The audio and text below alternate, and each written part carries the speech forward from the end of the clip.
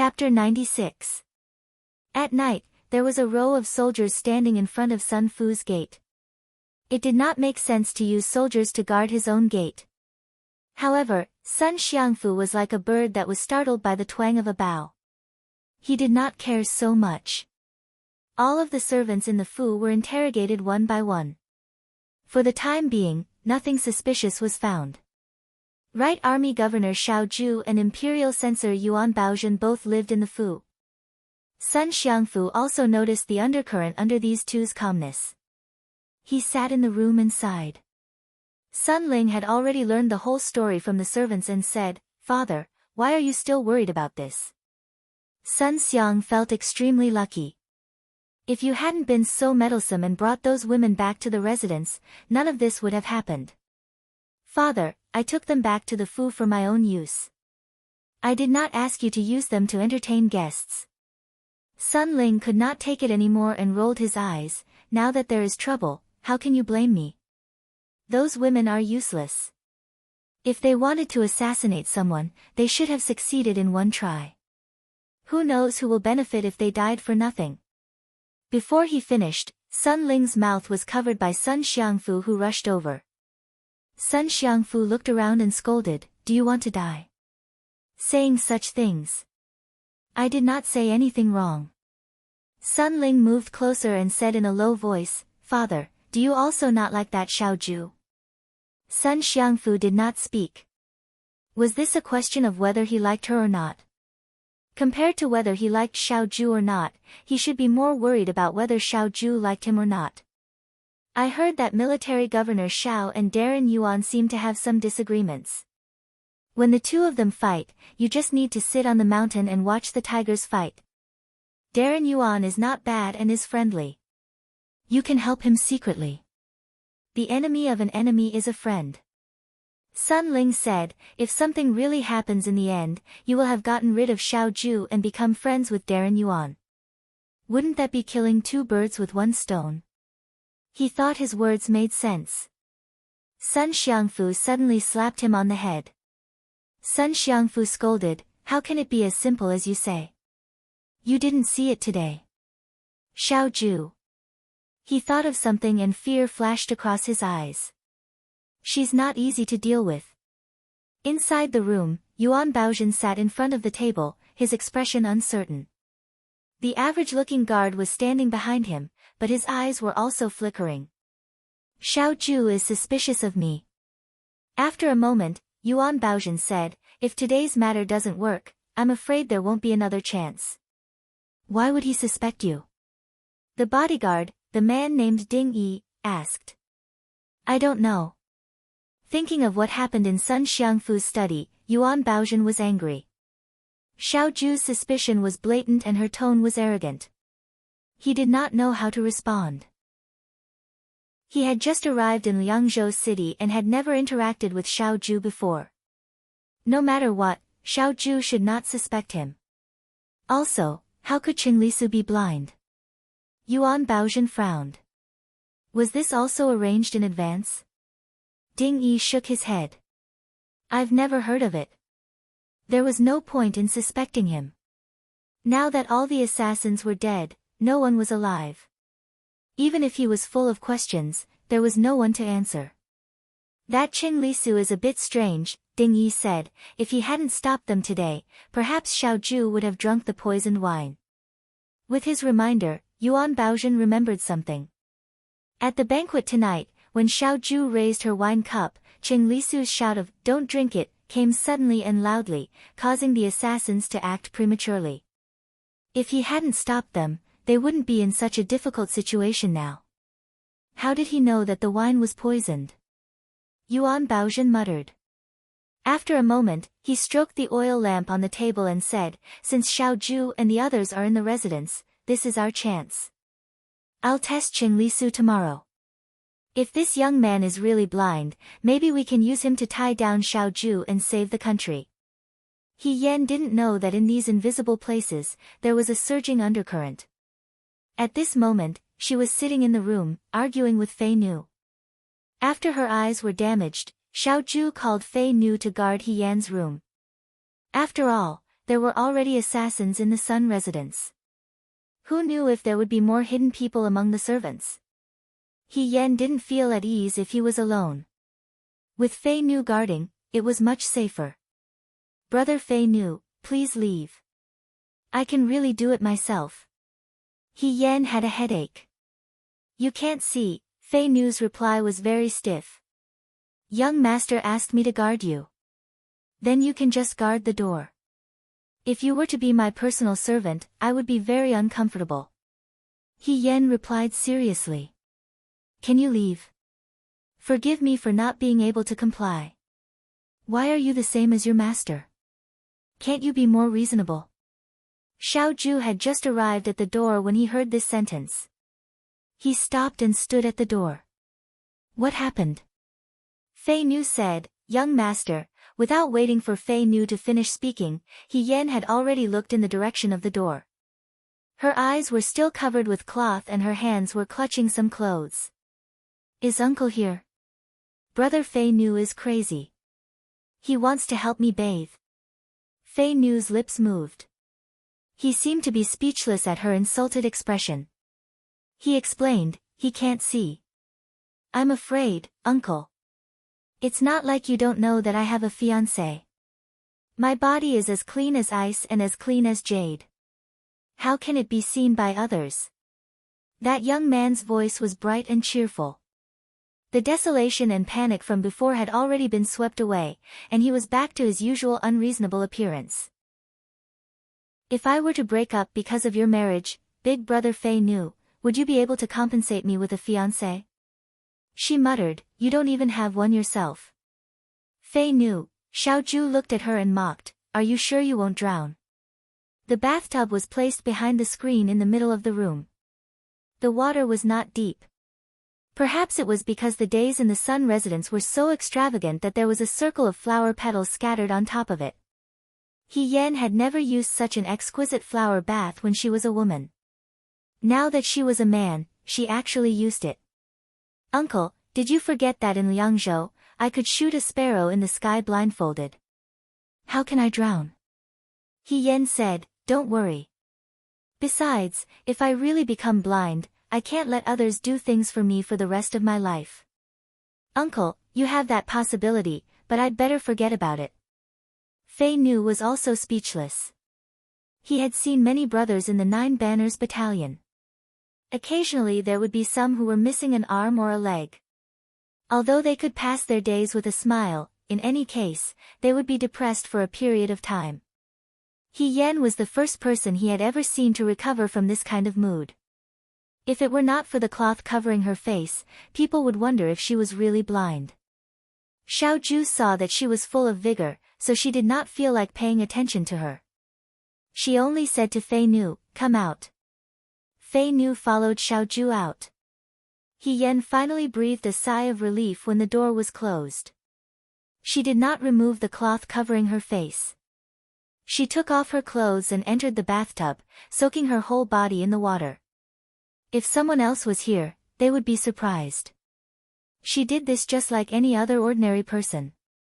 Her movements were without the slightest hesitation, as if she could see everything. The temperature of the water was just right. She had always bathed in the river next to the city guard station. The river water was ice-cold, so it was not as comfortable as this. However, even though it was comfortable, she did not dare to be greedy. The steam rose and blurred her figure. The smile on He Yan's face also relaxed. She thought that she would be attending the banquet, but she did not expect that she would have to stay here for a few more days. In this way, coupled with the fact that she could not see, there would be more people serving her. She would have to be more careful of her identity being exposed. She still remembered Ding Yi's last movement at the banquet. That subtle movement of bending his finger. If she had not been staring at Ding Yi, she would have missed it. But because she recognized Ding Yi, she knew that the servant who rushed out to attack Xiao Ju was arranged by Ding Yi. Then, this matter became very strange. Ding Yi was He Rufei's servant. Yuan Baozhen was also He Rufei's friend. Ding Yi colluded with the assassins at the banquet to assassinate Xiao Ju. In a way, it could be said that it was Hirufei's idea. But why did Hirufei want to kill Xiaoju? In her previous life, when she was Hirufei, she and Xiaoju did not interfere with each other's business. They were even classmates in the Xiancheng gymnasium, so they could be considered friends. Now that Hirufei had returned to his original self, he did not have any enmity with Xiaoju. Why would he use such a vicious method to kill Xiaoju? Perhaps, she should go talk to Yuan Baozhen. At night, He Yan and Xiaoju slept in the same room as Fei Nu.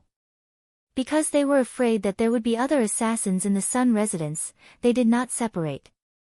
However, there were many courtyards in the Sun residence. This room was divided into an inner room and an outer room. Naturally, second young master Xiao lived in the inner room.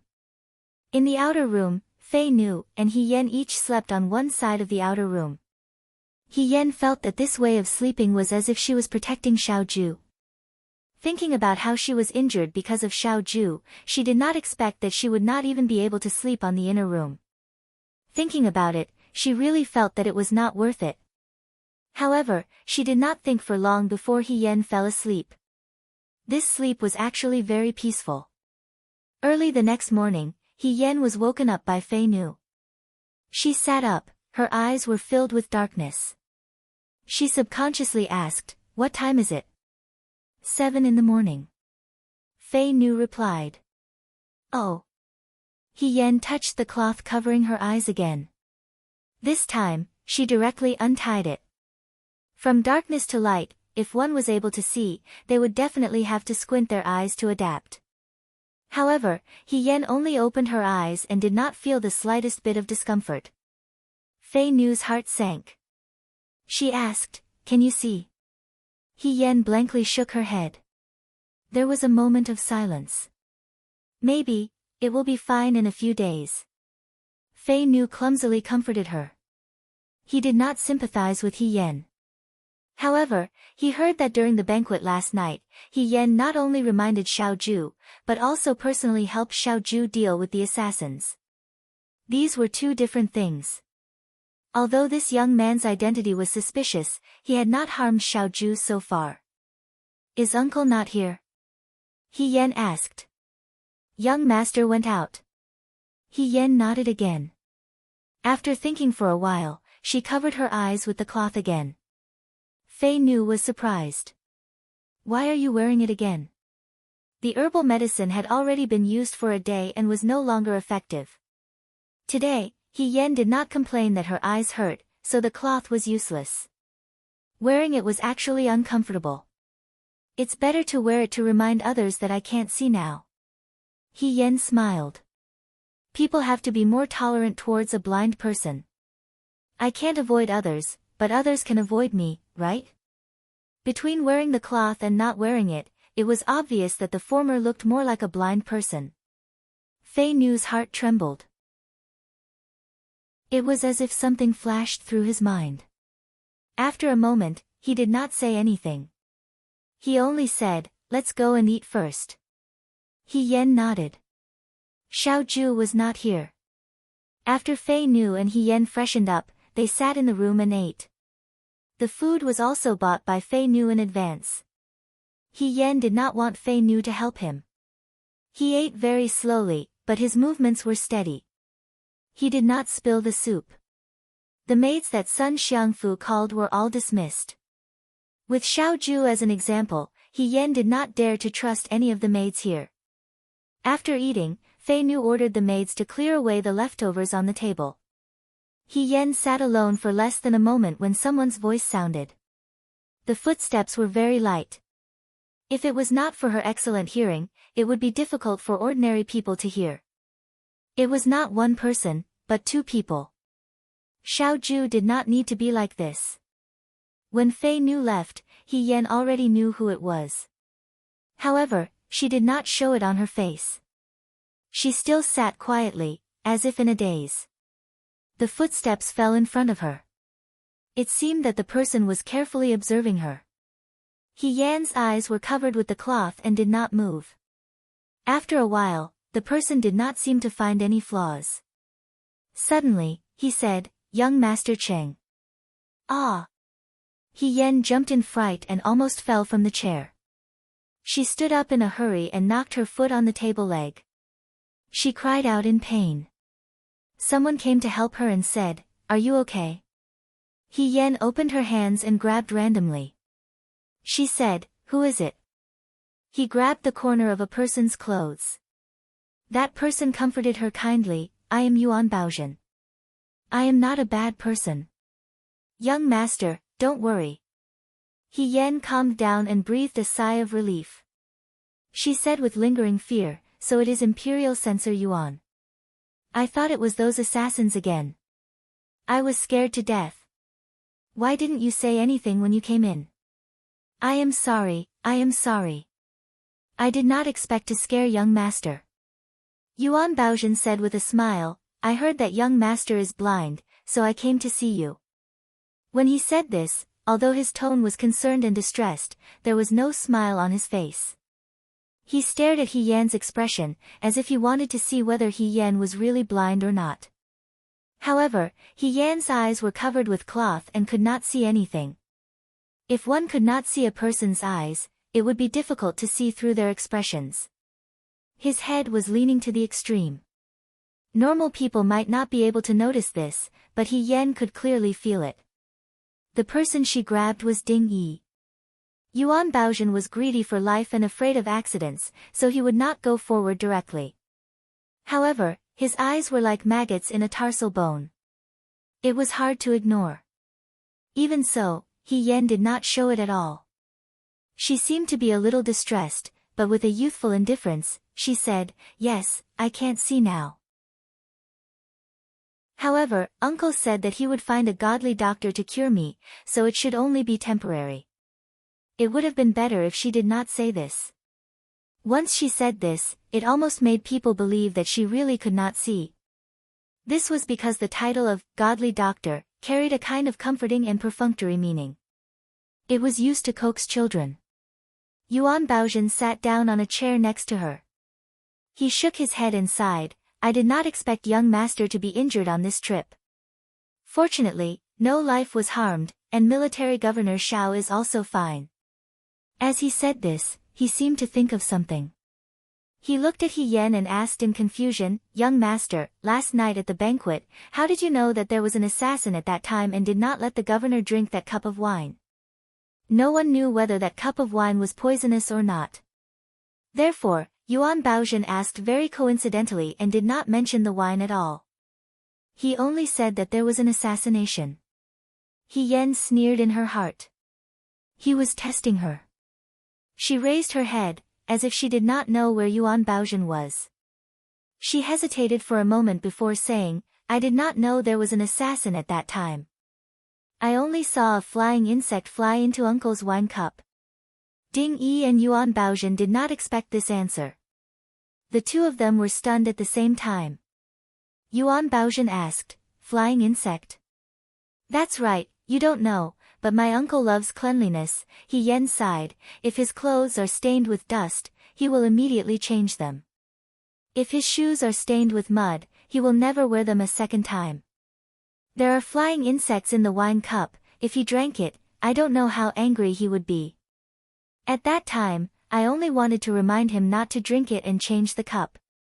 Who knew that there would be an assassin?" I was also shocked. So this was the reason. Yuan Baozhen was somewhat skeptical. At that time, Qing Lisu's scream was so shrill and anxious that it made his heart tighten. So this was the reason. But if it was not for this reason, how could he, a young master who did not know anything, predict the future and know that there was a problem with the wine? Perhaps it was really a coincidence that he had stumbled upon it. Yuan Baozhen did not know what to feel. Who would have known that a good game of chess would be ruined here? His heart was half angry and half suspicious. When he looked at Qing Lisu again, he only felt that this young man was annoying. But Qing Lisu clearly did not know how annoying he was. Instead, she seemed to be particularly close to Yuan Baozhen because he came to see him. She smiled and said, "I heard from my uncle that Imperial Censor Yuan came from Shuajing." "That's right." "Then does Imperial Censor Yuan know General Fei Hong, He Rufei?" she asked. When she said this, the room was silent for a moment. Ding Yi, who was very close to He Yan, placed his hand on the long sword at his waist. In an instant, a murderous aura rushed towards him. The young man did not make up his mind. With a smile on his face, he looked in Yuan Baozhen's direction and waited for his answer. After a moment, Yuan Baozhen stared at He Yan's face and asked, "Little Gongzi, why did you suddenly ask about General Fei Hong? Doesn't everyone say that General Fei Hong and my uncle are sworn enemies, and that their skills and achievements are on par?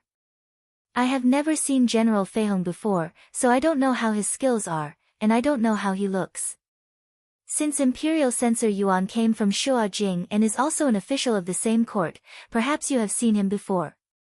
I heard that he used to wear a mask. Now that he has taken off his mask, what do you think? Is he good-looking?" The Qing Li Su, in front of him, spoke in a light tone. She did not know that the bodyguard beside her had almost pulled out his sword and asked the same question as those naughty young men from Shuajing. Yuan Baozhen let out a sigh of relief.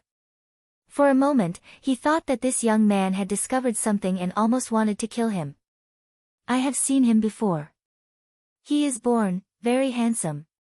However, he cannot be compared to Military Governor Shao." Yuan Baozhen replied with a smile. "Not as good as my uncle." He Yan was disappointed and quickly said, "Then, is Imperial Censor Yuan close to General Fei Hong? If they are close, when I return to Shuajing in the future, can you introduce me to General Fei Hong? I have heard many of his deeds and want to see for myself what kind of person he is." She said in a small voice, "But this matter must not be known by my uncle. I am afraid that he will punish me by making me copy books. Little Gongzi, I am afraid you will be disappointed." Yuan Baozhen shook his head and said, "General Fei Hong and I only know each other and are not close. If you want to introduce me, it would be better to have Military Governor Shao introduce you to him." He Yan whispered, "How would I dare to let him introduce me to him?" As she said this, Yuan Baozhen looked at her and suddenly said, "I came today because I was afraid that little Gongzi would be sad because of your eyes. But now that I have seen you, it seems that I worried too much. Little Gongzi does not seem to be very sad." He Yan asked curiously, "Why does Imperial Censor Yuan say this?" "Last night, I cried for 2 whole hours. If it was not for my uncle scolding me and saying that he would throw me out if I did not shut up, you would not be able to see me now. Moreover, I later understood who I was. I was the young master of the right sector's Naolang residence. Although I didn't know anything, my uncle was the right army's commander-in-chief. As long as my uncle was around, I would definitely be able to see. My uncle said that there will be a godly doctor that can cure my eyes. There will definitely be a godly doctor that can cure my eyes." Her words were full of worship and trust towards Xiaoju. Yuan Baozhen was speechless and did not know what to say. He Yan's words were watertight and did not find any loopholes. But, he was still worried. Little Gongzi is right. Military Governor Shao is omnipotent and will definitely find a way. It seems that I was too narrow-minded. He smiled and stood up. "Since that is the case, I should also leave. Little Gongzi is not feeling well right now, you should go lie down on the bed." He looked around. "Why is there not a single servant in this room? I was the one who asked them to leave." He Yan smiled. "After what happened last night, I do not dare to use the servants in this fu. Does Imperial Censor Yuan dare to use them? You are very brave." Yuan Baozhen smiled, "But you cannot see right now. Do you need someone to serve you? Fei Nu will serve me. Moreover, I can find my way there." She smiled. "Imperial Censor Yuan, do not worry. I can do it myself." Yuan Baozhen smiled. "Little Gongzi is clever. Then I will leave first." After saying this, he turned and left. But when he reached the door, he turned back and stood at the door without moving. In the room, Ding Yi did not move a single step. When the two of them came in, the one talking was Yuan Baozhen. Ding Yi did not speak. He Yan easily thought that there was only one person in the room. Yuan Baozhen stood at the door and gave Ding Yi a look. He Yan stood up and walked shakily into the room. Ding Yi was right in front of her.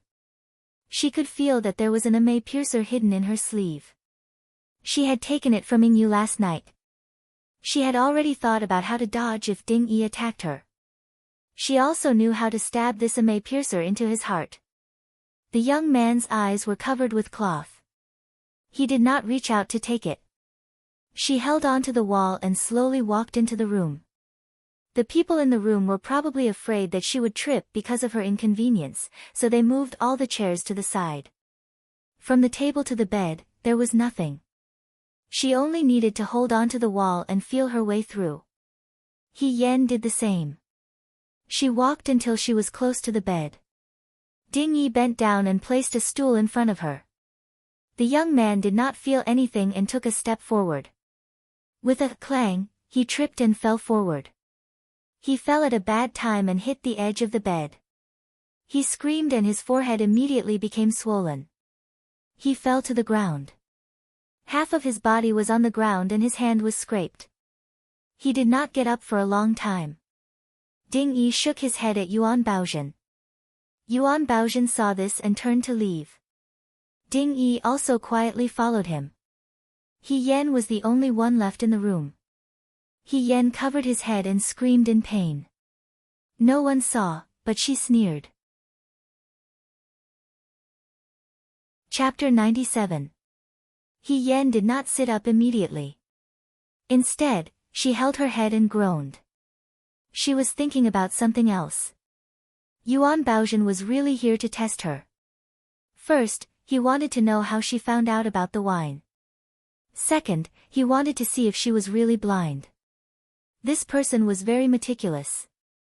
He even asked Ding Yi to put a stool there to see her reaction. If He Yan's response wasn't right in the slightest, this pair of master and servant would have other thoughts. She had excellent hearing and heard Ding Yi's movements. She also knew that Yuan Baozhen did not leave immediately. That was why she was here to cooperate with them and act out what Yuan Baozhen wanted to see. But Yuan Baozhen was testing her. Wasn't she also testing Yuan Baozhen? They obviously had a close relationship, but she insisted that they only knew each other. He Rufei's servant, Ding Yi, would not follow him here. There was indeed something wrong with the wine. But what puzzled He Yan the most was what role He Rufei played in this matter. Did he and Yuan Baozhen conspire to murder Xiaoju? Or was it He Rufei who instigated it? Or were they working for someone else? Next, she had to follow Ding Yi and find out what the two of them were up to. There was no movement outside. He Yan's "io, io" became louder. There was movement behind her. It was Fei Nu's voice. He asked, "What happened to you?" "I hurt my head just now." He Yan blankly reached out to grab him. "Brother Fei Nu, come and help me. I sprained my ankle." Slave Fei answered and went forward to help her onto the couch. He Yan's eyes were covered with a cloth. Therefore, Fei Nu could not see her emotions from her eyes.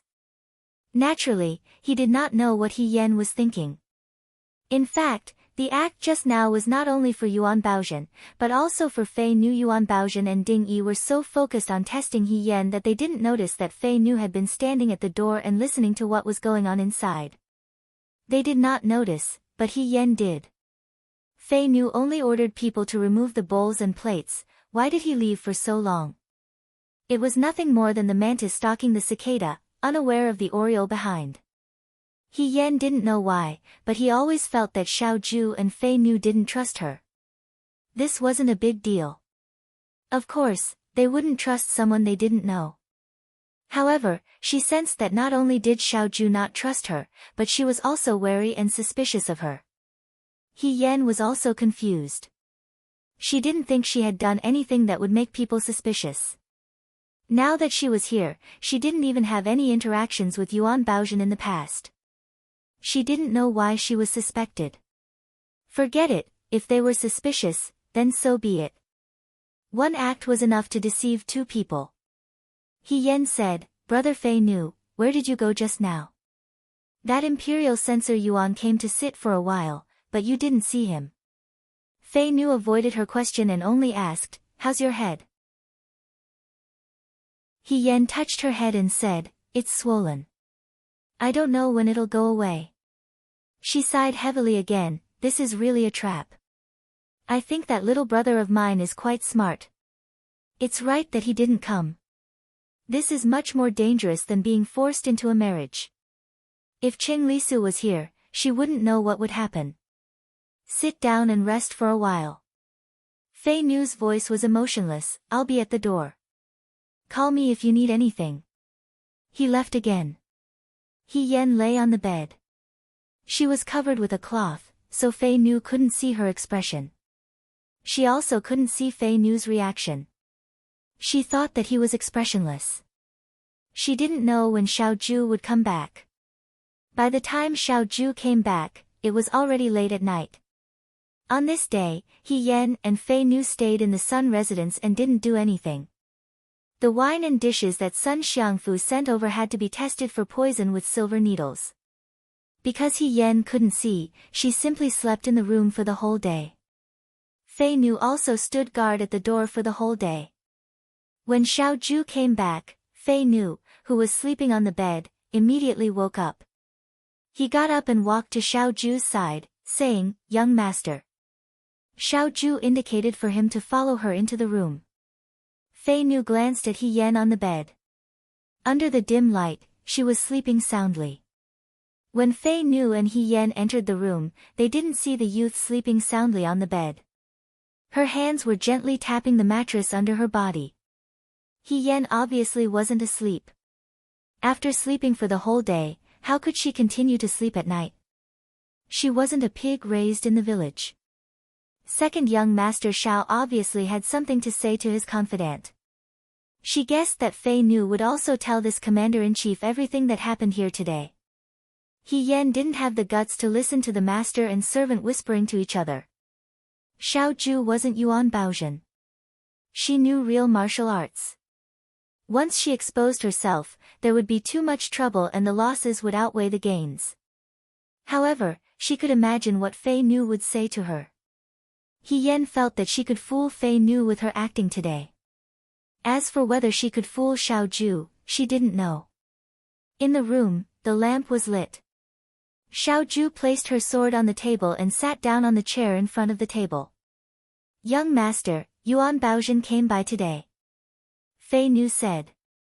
Xiao Ju looked up and asked, what's the matter? From what I can see, he came specially to look for He Yan. Yuan Baozhen said a few words to He Yan. He recounted the conversation between Yuan Baozhen and He Yan to Xiao Ju. In the end, he said, Yuan Baozhen seemed to be testing He Yan. Xiao Ju pondered for a moment and asked, what do you think? From He Yan's answer, it seems that he doesn't know Yuan Baozhen. There were no flaws. However, it could also be that the two of them were acting together. Overall, He Yan's suspicions can be cleared for the time being. Cleared? Xiao Ju curled his lips into a smile and said, Slave Fei, the liar in our house has even deceived you. Fei Nu was startled and didn't understand.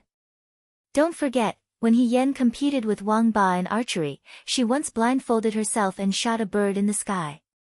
Do you think that someone with such good hearing wouldn't be able to tell that Yuan Baozhen's bodyguard placed a stool in front of her?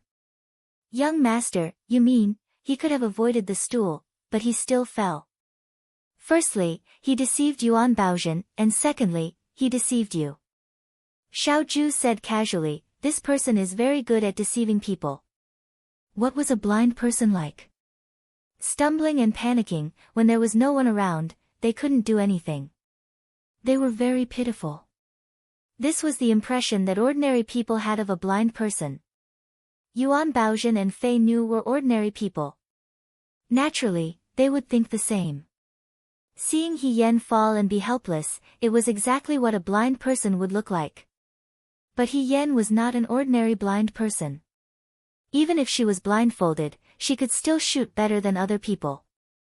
Yuan Baozhen had never seen He Yan shoot an arrow while blindfolded, but Fei Nu had seen it before. Even so, even he overlooked this point. Deceiving you is secondary. The person he wanted to deceive the most was Yuan Baozhen. Otherwise, he wouldn't have said that there were flying insects in the wine. There were flying insects in the wine. How could this be possible? It was not summer now, and the Sun residents paid special attention to this. There were wormwood sachets everywhere to prevent insects from flying into the wine. It was not easy for He Yan to think that there were flying insects in the wine. Young master, is he Yuan Baozhen's man? Fei Nu also didn't understand. If he was Yuan Baozhen's man, why did he have to be so suspicious? He doesn't look like it, but I can't say for sure. There was a brush, ink, paper, and inkstone on the table. Sun Xiangfu had specially arranged it. He didn't like these things, but he liked to pretend to be cultured. Xiaoju found a brush and paper and wrote a few words. His handwriting was elegant and strong. It was very beautiful. When it landed on the paper, it was as bright as a person's. I want you to bring a letter to Lin Shuanghe. Young Master Lin. Fei Nu's calm face finally showed a surprised expression. Young Master, didn't you not allow young Master Lin to come to Liangzhou? He suddenly thought of something and said in disbelief, could it be He Yan? The handwriting quickly dried in the wind. He put the letter into the envelope and looked down. It's for him, but not entirely for him. Fei Nu didn't ask any more questions. He put the letter away and tiptoed out. Xiaoju saw this and laughed. Why are you so careful? The people outside have already woken up. He said. Young master. Fei Nu was stunned. Forget it. When it comes to deceiving people, you are no match for him. Xiaoju shook his head and said lazily, in any case, he doesn't have the guts to come in.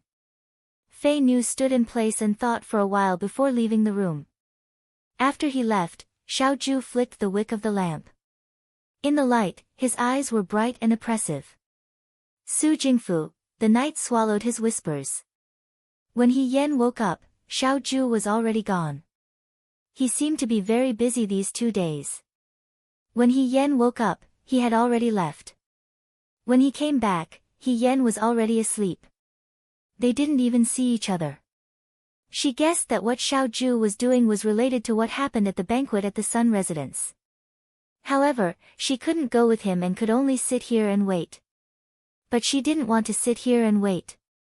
Fortunately, after noon, when it was almost evening, Slave Fei also went out for some matters.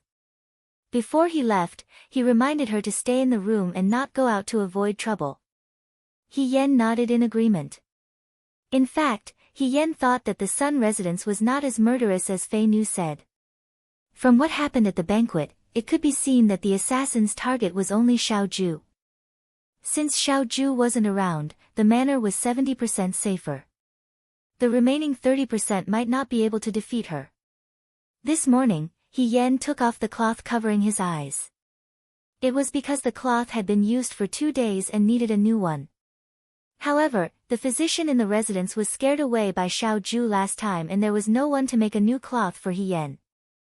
Although he took off the cloth, after 2 days, everyone in the residence believed that He Yan was blind and didn't treat him as an ordinary person. He Yan was the only one. When she took off the cloth, she felt that the sky was too bright and she still felt uncomfortable. Yesterday morning, when she took off the cloth in front of Fei Nu, her expression didn't change. God knows how much she wanted to cry at that time, it was too dazzling. In fact, He Yan had never been blind. That day at the banquet, the manservant who received Ding Yi's order had indeed thrown a handful of powder-like things at him. She blocked it and at that time, her eyes did hurt. After all, she had been blind once before and her eyes were more sensitive than ordinary people. Subconsciously, she felt that her vision was blurry and she suspected that she was going blind. But when she calmed down, she felt that she had actually avoided it. At night, when there was no one around, He Yan secretly took off the cloth and she could see the light of the lanterns outside. It was just a mistake because she was too nervous. She originally wanted to explain the next day, but when the next day really came, she changed her mind. A blind person shouldn't be a threat. It was much easier to be a non-threatening person and get close to Yuan Baozhen than to be smart enough to discover the poison in the wine, young Master Cheng. So when she took off the cloth in front of Fei Nu, He Yan didn't show the slightest bit of abnormality. She had been a blind person for a long time. She could imitate all the reactions a blind person should have, and no one could find anything wrong with it. But she didn't expect that Yuan Baozhen would be so cautious and especially come to confirm whether she was really blind or not. Because of this, He Yan was in a difficult position.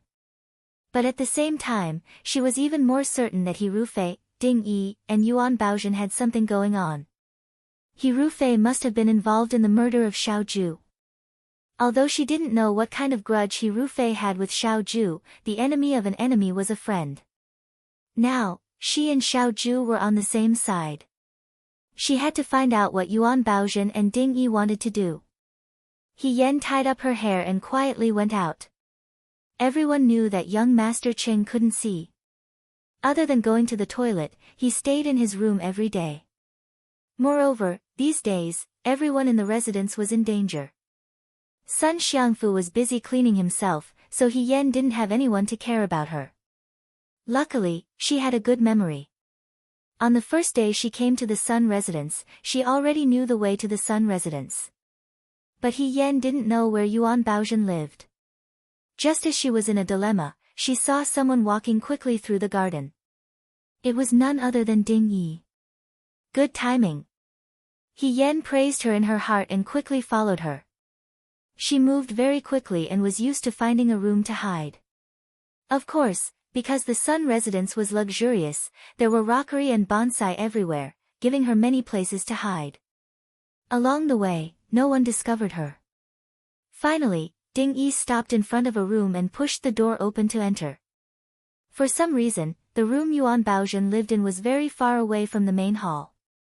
It was almost remote and there weren't many people around. It was autumn. In the evening of Liangzhou, the sky was already dark. He Yan estimated for a moment and jumped onto the roof. She was small and thin. The roof had sharp corners and cornices, and there were carved stones everywhere. He Yan lay on the roof and almost merged with it. She carefully searched for a long time and finally found a gap. She didn't know if it was because of the rain or the hail, but the fragile crystal roof was broken and there was just a gap. He Yan put her face close to it and listened to the movement inside. Ding Yi walked into the room. "How is it?" Yuan Baozhen asked. Ding Yi shook her head. "I lost him." "You weren't discovered by him, right?" "No." Ding Yi hesitated. "I didn't dare to get too close in case he discovered me. He left early today and went to the east of the city. I looked for him in the vicinity but couldn't find him." Yuan Baozhen's expression was uncertain. "This Xiao Ju, what is she trying to do?" "She clearly got into trouble in the Sun Mansion, but she wants to stay in the mansion and go out every day. I don't know what she's doing. I keep feeling that something is wrong." He Yan heard this and became suspicious. "Did Yuan Baozhen ask Ding Yi to follow Xiao Ju? Has the Yamen matter been settled?" Yuan Baozhen asked. "Ying Yue and the others are dead. There's no evidence. The spy in the mansion is also dead.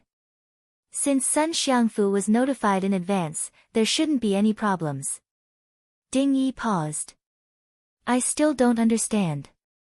How did Qing Lisu know about the spy's movements? He was also the one who discovered the cup of wine. You think there's something wrong with him? But you saw it yesterday. He can't see.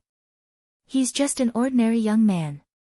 Even so, I still feel that something is wrong." Ding Yi couldn't put his finger on it. That young man should be blind. Otherwise, he wouldn't be able to act so well. The servants in the mansion also said that he stayed in his room all day and was guarded by Xiao Ju's bodyguards. From the looks of it, he really did look like a weak rich young master. However, Ding Yi still remembered that during the banquet, Cheng Lisu had looked at him. That gaze was fleeting, as if he had just glanced at someone else. However, at that moment, Ding Yi seemed to have felt the shock and anger in the young man's eyes.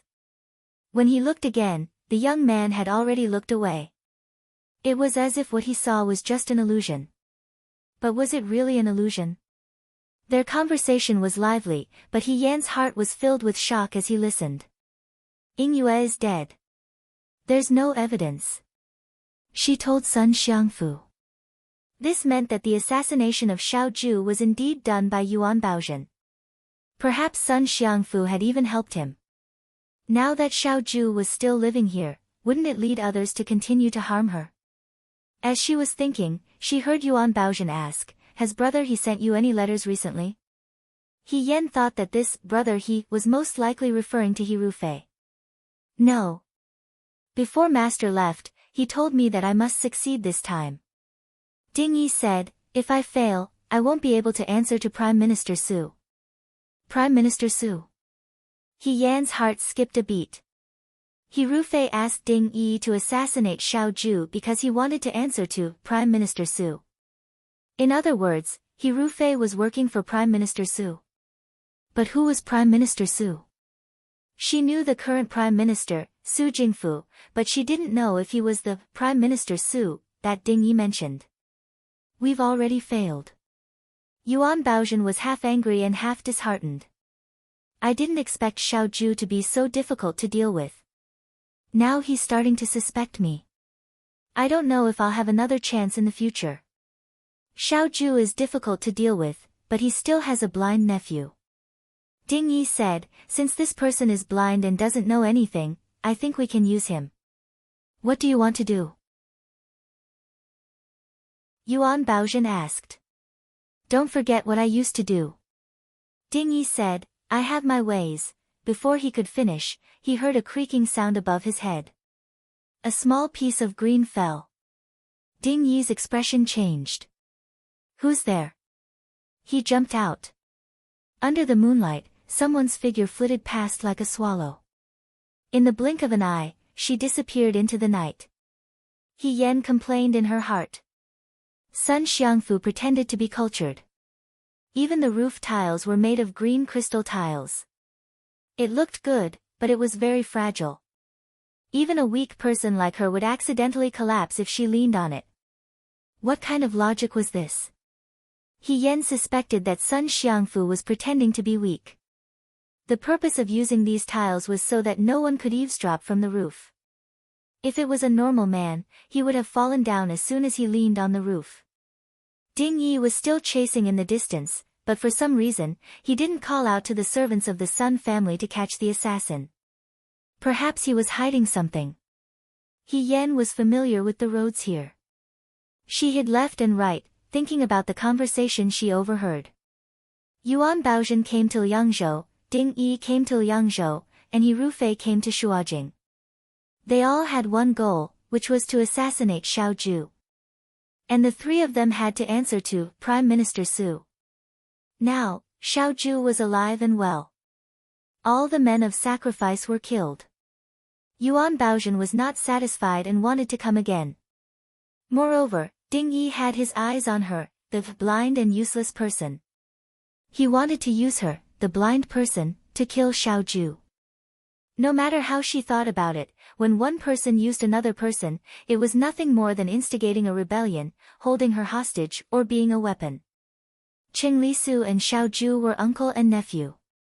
Yuan Baozhen probably wouldn't think of instigating a rebellion. So, there were only two possibilities left. He Yan was holding her hostage. First, He Yan didn't think that Ding Yi could defeat her. Second, she wasn't the real Cheng Lisu.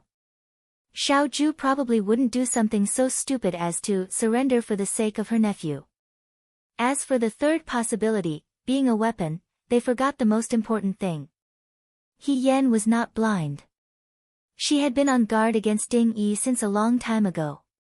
While she was thinking about this, He Yan had already seen the house she lived in. The lights were on. Fei Nu probably came back. He Yan felt around her body. She put the cloth in the room. She thought about how she still had to act for Fei Nu later and felt a headache coming on. She was afraid that Ding Yi would catch up with her. She jumped forward and entered the room at lightning speed. When she turned around, she almost choked on her own saliva. There was a wooden bath in the room. Xiao Ju was sitting in the middle of the bath. The beauty was bathing. His skin was ice cold and his bones were jade white. The moonlight slipped in through the cracks in the window. His black hair was covered with a layer of cold and clear color. He looked particularly attractive. His shoulder blades were very beautiful. For a moment, He Yan's mind drifted elsewhere. She thought, when was the last time she saw this person take off his outer clothes in the Xianchang pavilion? The men in the army were mostly tough and rough. Su Zhiheng was probably considered gentle. However, Xiao Ju was different from them. He was handsome and strong. His waist was especially attractive. No matter if it was a man or a woman, they would all praise him when they saw him. It turned out that this person was not only good-looking, but his body was also different from ordinary people. No wonder he was called Commander Jade-Faced. He lived up to his name. The fog made it difficult to see his expression. Xiao Ju probably didn't expect that someone would suddenly barge in at this time. She immediately stood up, and with a splash, the sound of water was clear and crisp. He Yan. This time it was over. He Yan saw everything he should and should not see. At this moment, she was cursing herself in her heart. Why did she wear a cloth every day when she went out? Why didn't she wear it today? Or perhaps it would be better if she could not see. Second young master Xiao quickly picked up the clothes on the shelf and put them on. He looked at her coldly. The room seemed to have become colder. He was about to speak when he saw the young man in front of him open his hand and close the door. His eyes were calm and seemed to widen. However, nothing was reflected in his eyes. He said, Who is it? Ha! Second young master Xiao laughed at this clumsy acting.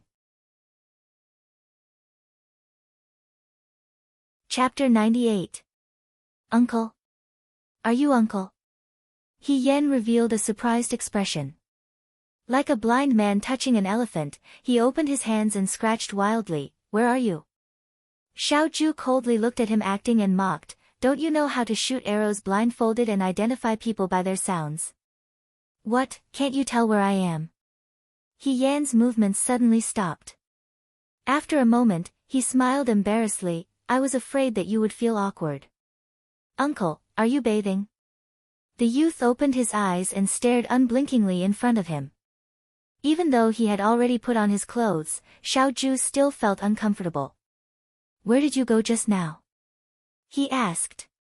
The latrine. Brother Fei Nu went out. I didn't dare to trust the servants here, so I went out to relax.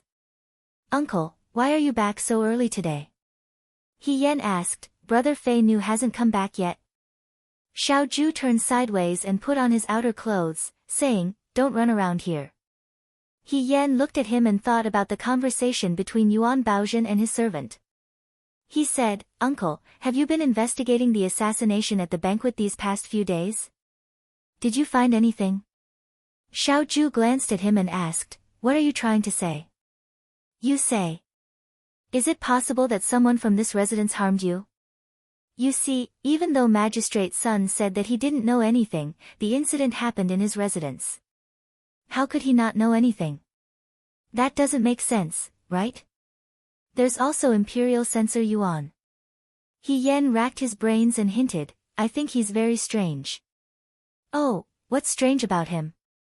Xiao Ju asked. He Yan didn't know how to answer this question.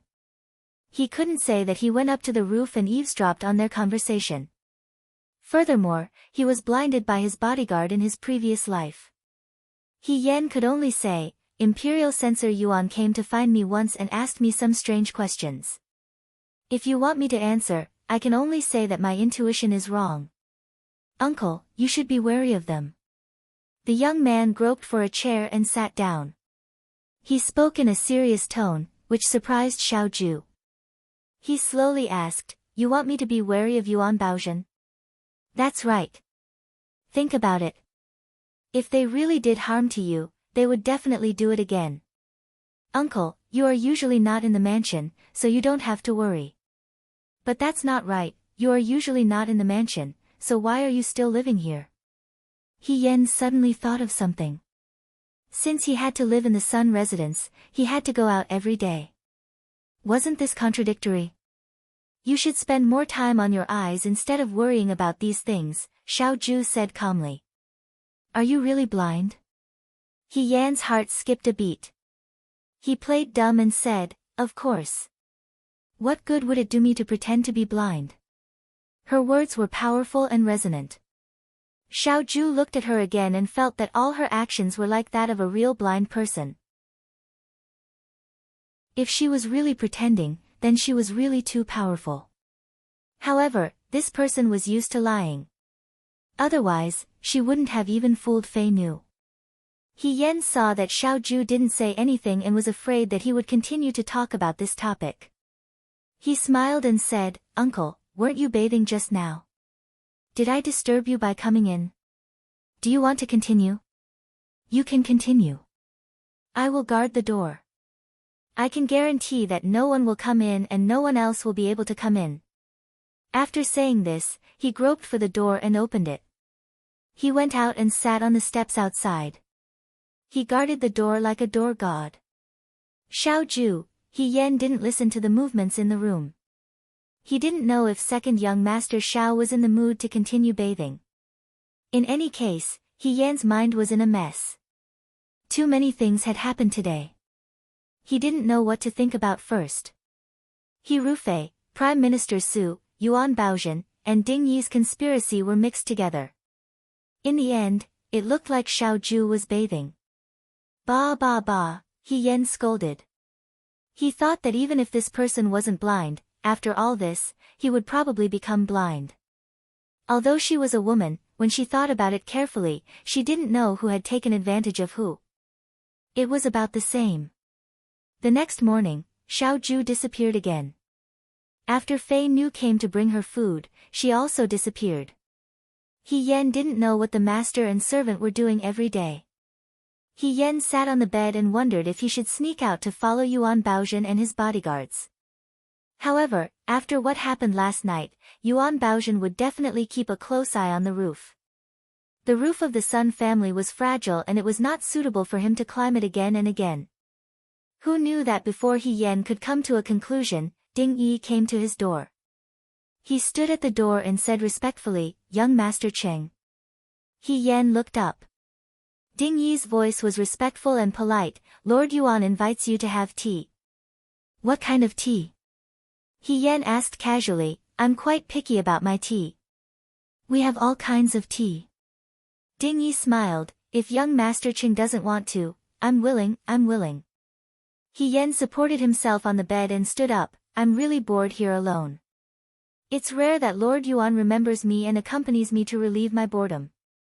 How can I be so unappreciative? Lead the way. She still had a cloth wrapped around her eyes. Please bring me my bamboo stick. Last night, when Fei Nu came back, he brought back a bamboo stick for He Yan. It was neither too tall nor too short. He Yan could use it to walk. Although this person looked taciturn, he was actually very considerate. After all, the people in the Sun residence could not be trusted and no one could use them. However, it was really inconvenient for her to walk by herself. It was much better to have a bamboo stick. In the eyes of others, she would look more like a blind person. Ding Yi said, okay. He looked sideways and saw a bamboo stick on the table in front of him. He walked over and took the bamboo stick in his hand.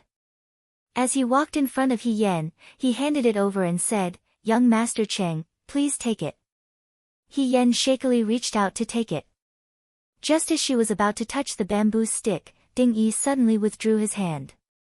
He Yan's body fell into the air. She was already unsteady on her feet, so her body tilted and she almost fell. Fortunately, she was supported by Ding Yi.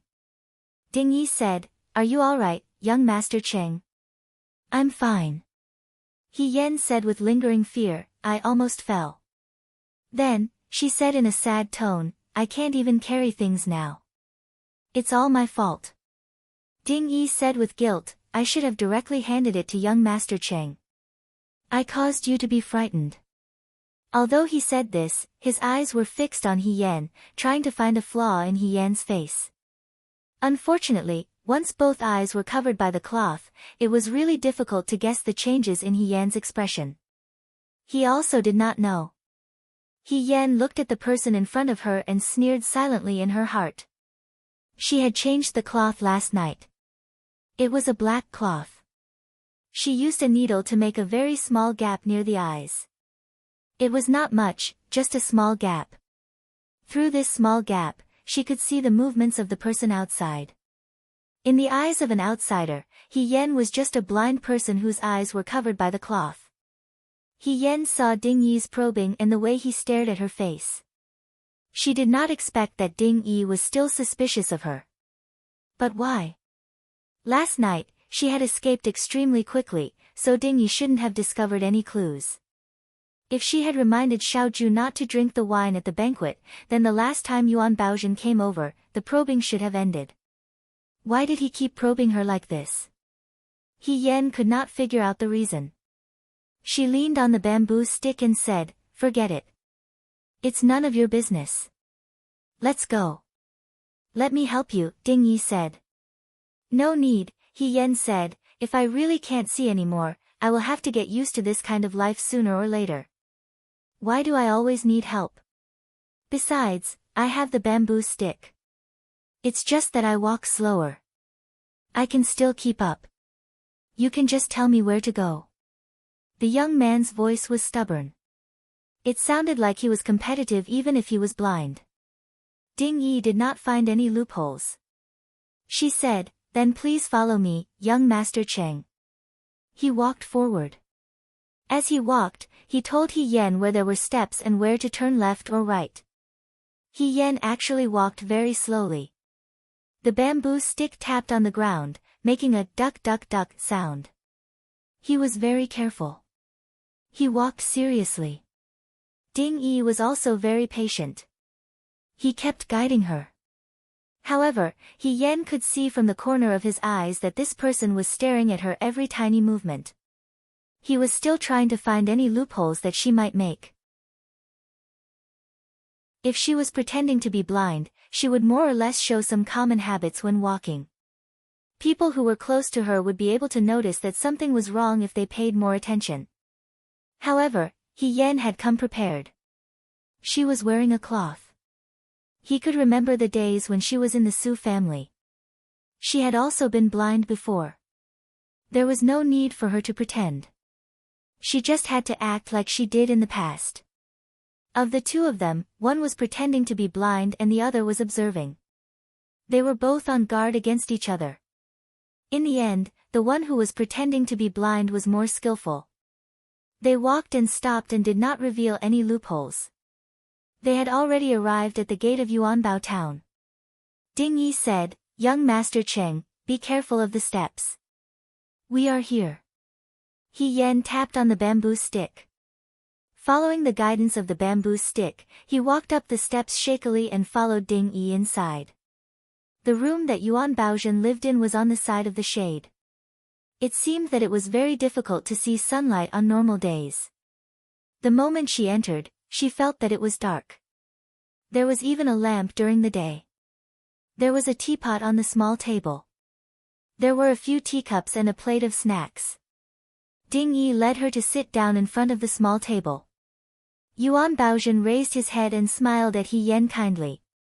How have you been these days, young Master Cheng? Not bad, not bad. He Yen pointed at his eyes.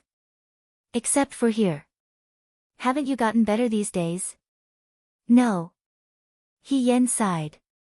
I don't know when the miraculous doctor Uncle found will arrive in Liangzhou. Yuan Baozhen did not take this to heart. He just looked at Ding Yi. Ding Yi shook his head at him. He meant that he did not find any loopholes along the way. That meant that he was really blind. When he looked at He Yen was also looking at him. The gaps in the black cloth were blurry. He Yan could not see clearly. However, he felt that this person was different from the person he saw a few days ago. He Yan's voice was still very kind. However, probably because he could not see, he did not even bother to pretend to smile. His expression showed that he was anxious. It seemed that something was not going well. That's right. They came here specifically to murder Xiao Ju, but they did not succeed. Now, they did not even see a trace of Xiao Ju every day. It was not going well at all. Yuan Baozhen pushed the teacup in front of He Yan. Then, he placed the plate of snacks in front of He Yan. He smiled and said, "Have some snacks." He Yan could clearly see that there were some peanuts sprinkled on top of the snacks. He Yan still remembered Cheng Li Su's advice before he left. As long as he ate peanuts, he would get a rash all over his body. That was interesting. Did Yuan Baozhen know that Cheng Li Su could not eat peanuts? He Yan felt that there was a high chance that he knew. Then, the purpose of this plate of snacks was very clear. He was still testing her. There was a problem if she did not get a rash after eating this plate of snacks.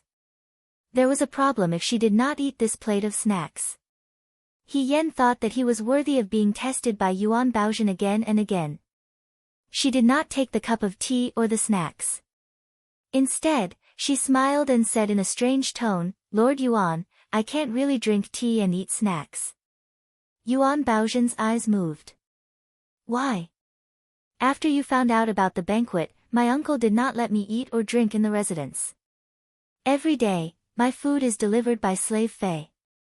Lord Yuan, it's not that I don't trust you, but it's because my uncle is a very strict person. If I eat behind his back and get angry, I can't bear the consequences." The young man's tone was very matter-of-fact. He even did not understand why Yuan Baozhen was so stupid. He said, "I advise Lord Yuan not to eat the food in the residence.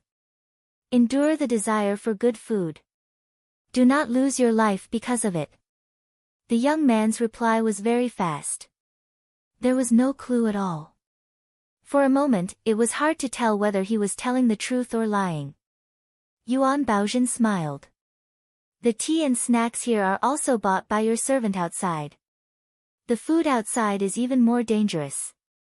He Yan said earnestly, "If it is really not possible, Lord Yuan, please wait. When my uncle returns to the residence, you can talk to him. Once you have my uncle's approval, I will eat these things, okay?" Yuan Baozhen did not know how to respond. Inviting Xiao Ju over to eat tea. Wouldn't that be exposing himself? He Yan felt that his words were flawless. Cheng Li Su was a little coward who was scared to death of her uncle. Yuan Baozhen took back his hand and shook his head with a smile. "If Cheng Gongzi does not want to eat, then don't eat." His tone was very disappointed. "It is fine. I came to sit with Lord Yuan. It is also good. Then, there is something I am very curious about." Yuan Baozhen looked at the young man in front of him and changed the topic. "Military Governor Xiao cares for you so much. Why did he leave you alone in the Fu these past few days? There is only that bodyguard by your side. Even if it is a bodyguard, he is not always with Qin Gongzi. If there is a problem in the Fu, does Military Governor Xiao not worry that Qin Gongzi will be in danger?" When these words were said, He Yan was enlightened.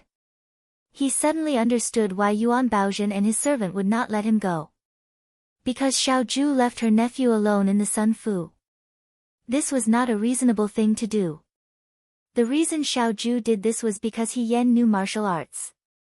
Secondly, she was not the real Cheng Li Su.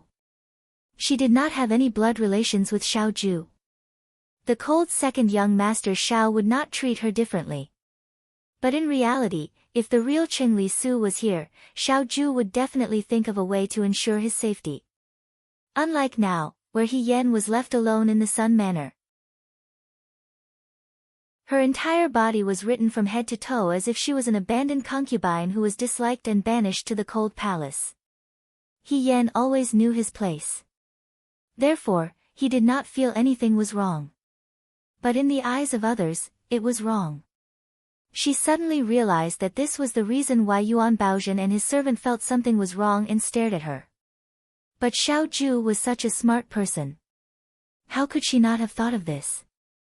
He Yan felt that it was impossible. When they were in the Xianchang Hall, He Yan was careless. Xiao Ju was very cautious. He Yan did not believe that Xiao Ju would be careless. Then, there was only one possibility. Xiao Ju deliberately made her reveal her flaws. She made Yuan Baozhen and his servants suspicious of her and tested her again and again. But why? Even if Xiao Ju was suspicious of her, at least for now, they should be working together. Could it be, this bastard was using her as a shield? She attracted the attention of Yuan Baozhen and his servants so that Xiao Ju would have time to do his own thing. The more He Yan thought about it, the more he felt that it was possible. He wanted to tear Xiao Ju into pieces. But she did not show it on her face. She only said innocently, "What danger could there be? My uncle already said that the real danger is not in this fu. I am very safe in this fu. Lord Yuan, let me tell you," she said in a small voice, "the real danger is outside the fu." Outside the fu? Yuan Baozhen and Ding Yi looked at each other. Then, Yuan Baozhen asked He Yan, "What does Qinggongzi mean?" "I don't know." He Yan spread out his hands as if it had nothing to do with him. "In any case, that is what I overheard my uncle say. If you want to know, you can ask my uncle directly." She added, "I saw that he was outside the fu these days. Maybe he went to deal with that danger." Fine. Since Xiao Ju was using her as a shield, she would kick the target back and draw Yuan Baozhen's attention to the outside of the fu. Moreover, her image as a useless gongzi who did not know anything was deeply ingrained in people's minds. Presumably, Yuan Baozhen did not find any flaws. Qinggongzi really knows how to joke. Yuan Baozhen laughed. "Since this is military governor Zhao's private matter, I won't ask." He changed the topic. He Yan's entire body trembled. She saw Ding Yi walk over and lean close to her. He bent down and untied a fragrant ball from her waist. Qingli was a very particular young master. He had countless fragrant pouches and jade pendants. He Yan felt that those things were too expensive and was afraid of losing them. After rummaging for a long time, he finally found a simple fragrant ball. The fragrant ball was only the size of 2 fingers. It was a small ball woven from wisteria. It was hollow in the middle and filled with spices and herbs. When worn at the waist, it gave off a faint fragrance. It was both cute and elegant. Ding Yi held the fragrant ball in his hand. His movements were very light, almost imperceptible. He Yan, who could not see, could only pretend that she did not notice. She did not think that Ding Yi stole the fragrant ball because he liked it. As expected, Ding Yi opened the top of the fragrant ball, took out the original herbs, put them away, and filled it with something else.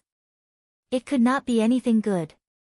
After doing all this, he gently tied the fragrant ball back to He Yan's waist. From beginning to end, He Yan did not move at all. Yuan Baozhen's face revealed a satisfied expression. Ding Yi returned to Yuan Baozhen's side. From the outside, everything looked normal. It was as if nothing had happened. He Yan chatted with Yuan Baozhen about the past in the capital. She felt the fragrant ball at her waist heat up. In her previous life, she had been poisoned. He Yan suspected that perhaps Ding Yi was good at using poisons. She still remembered what she heard when she went to Yuan Baozhen's room last night. They wanted to use her to make trouble for Xiao Ju. This was probably their plan. This thing was probably poisonous. The toxicity was not small. If she wore it, she would die. Xiao Ju, who was close to her, would also die if she smelled it. Even Fei Nu would not be able to escape. In this way, the family of 3, no, the master and servant, would really die. They could blame it all on the assassin. Perhaps when the coroner came to do an autopsy and found that she was not the real Qing Li Su, the assassin would pretend to be Qing Li Su and secretly kill the right army commander. He Yan shivered. She could not let this happen. She said, "Lord Yuan, I need to go to the toilet." "I want to go to the toilet first."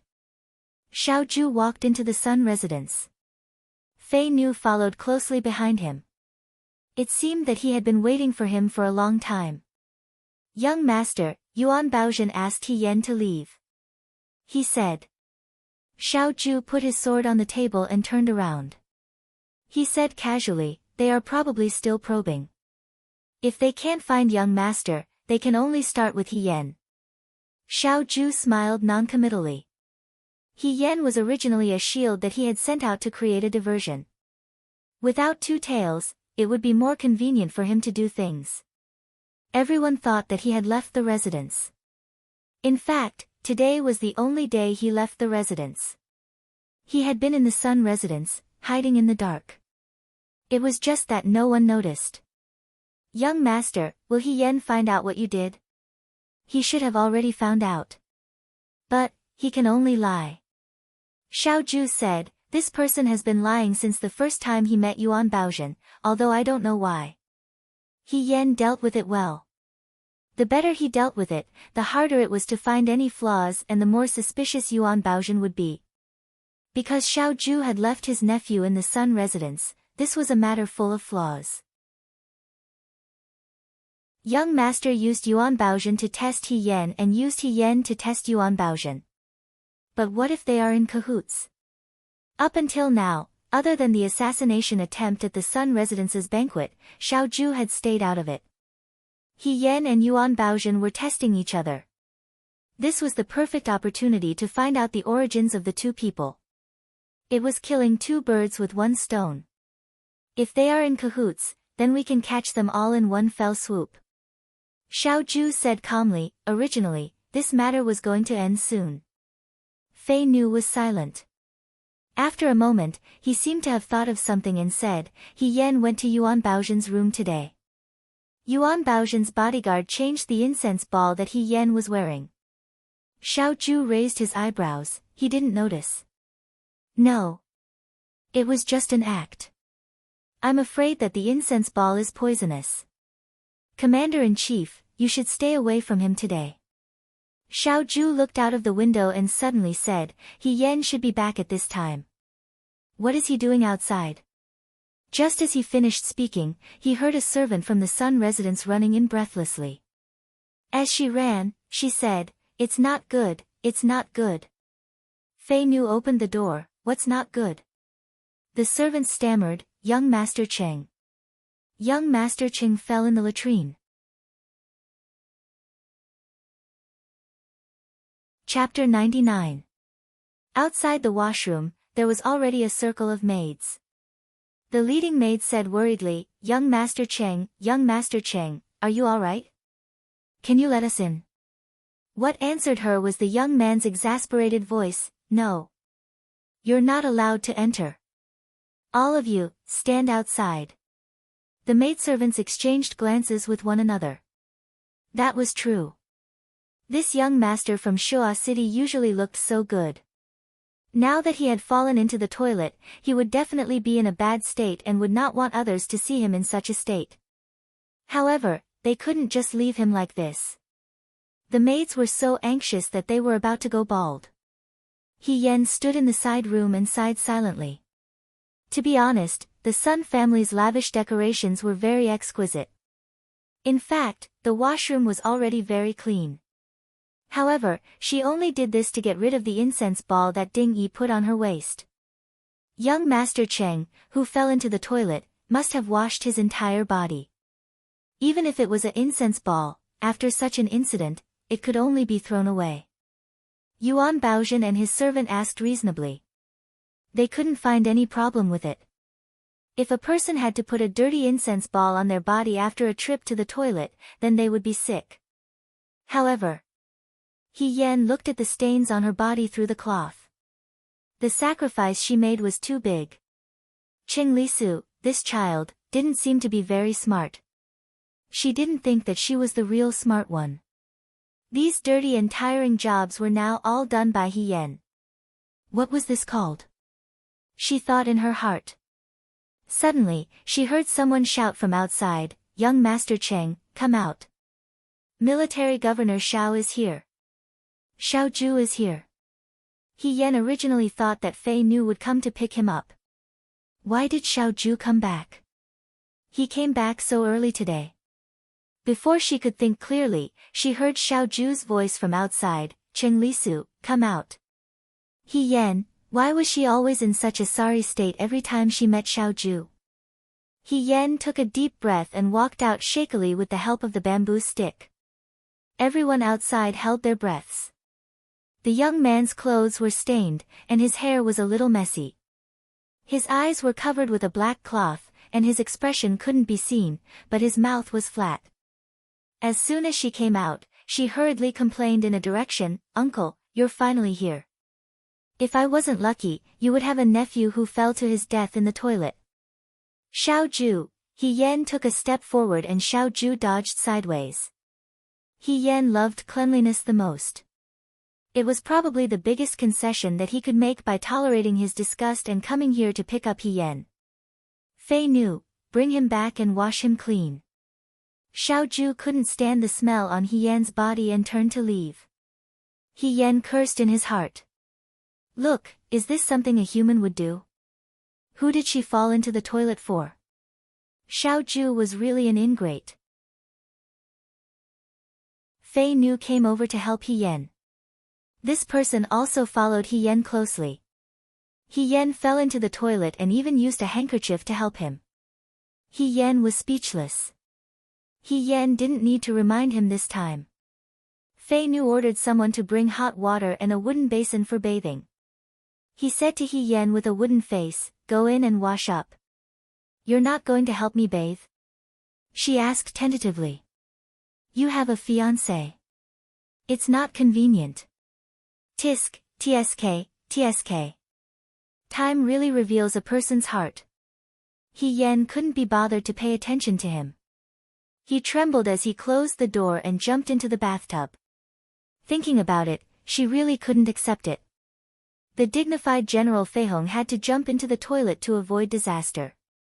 If this was seen by her subordinates and colleagues in the past, they would definitely laugh at her.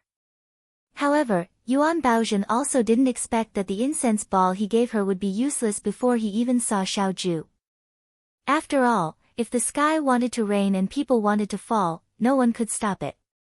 Outside the room, Fei Nu squatted down and used a branch to fiddle with the dirty clothes that He Yan threw on the ground. A round incense ball rolled out from the clothes. Fei Nu used the branch to touch the incense ball and said, "This should be it." Xiao Zhu glanced at the incense ball on the ground and didn't say anything. "Young master, did he do it on purpose or unintentionally?" Fei Nu was also a little confused. If He Yan accidentally fell into the toilet and caused the incense ball to be useless, it was too much of a coincidence.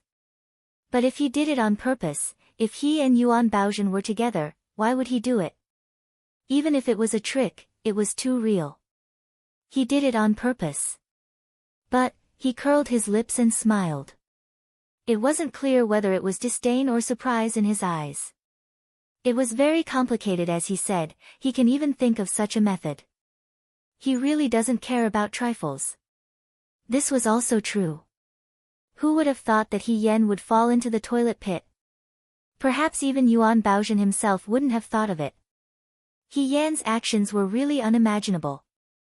Any decent person would not think of such a method. If he did it on purpose, Fei Nu looked at Xiao Zhu and said in surprise, "Young master, are you saying that He Yan can see?" Xiao Zhu raised her eyebrows and said, "Most likely." Then why did he pretend that he couldn't see? Fei Nu was a little puzzled, was it to deceive us or to deceive Yuan Baozhen? Both. Xiao Zhu said slowly, he might not be on the same side as anyone. Just like how Xiao Zhu was on guard against He Yan while coldly watching Yuan Baozhen's act, He Yan was very likely to keep himself out of the matter. She was probably watching him and Yuan Baozhen fight as if she was watching a play. While deceiving Yuan Baozhen, she was also deceiving Xiaoju. As for what her purpose was, it was still unclear. Young master, will He Yan interfere with our work?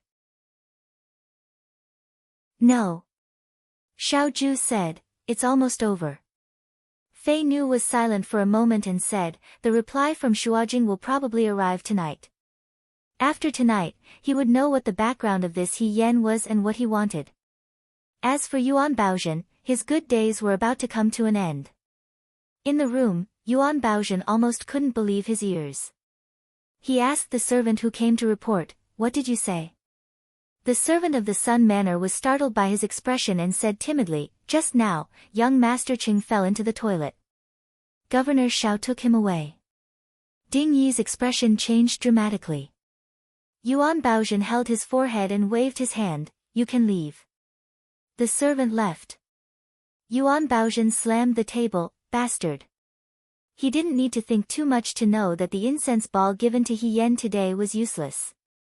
Since he fell into the toilet, his whole body must be covered in filth. He had to be cleaned inside and out. How could the incense ball escape this disaster? Not good. Yuan Baozhen stood up and felt uneasy. Will Xiaoju find out about the incense ball? Xiaoju loves cleanliness. She won't touch it on purpose. But, Ding Yi's expression was unpredictable, He Yan might not. You mean he did it on purpose? Don't you think it's too much of a coincidence? We just gave him the incense ball, and he fell into the toilet. It was the same before. The so-called flying insect entering the cup at the banquet was only his side of the story. More importantly, why would Xiaoju leave her nephew alone in the Sun residence? There's something wrong with this person. I have a feeling that Qingli isn't as simple as he seems. If there's something wrong with him, doesn't that mean he knows about our plans from the beginning?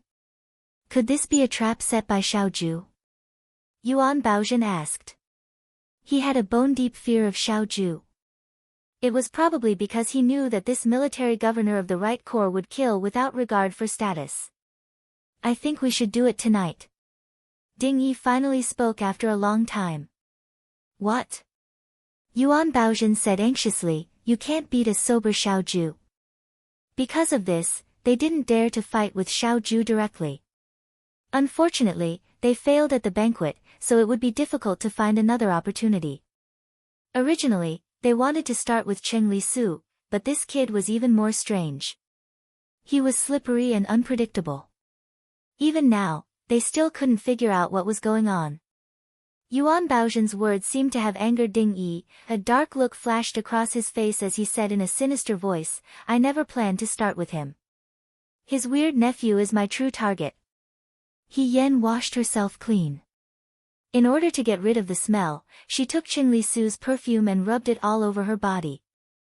Only after she changed into clean clothes did she dare to meet Xiaoju.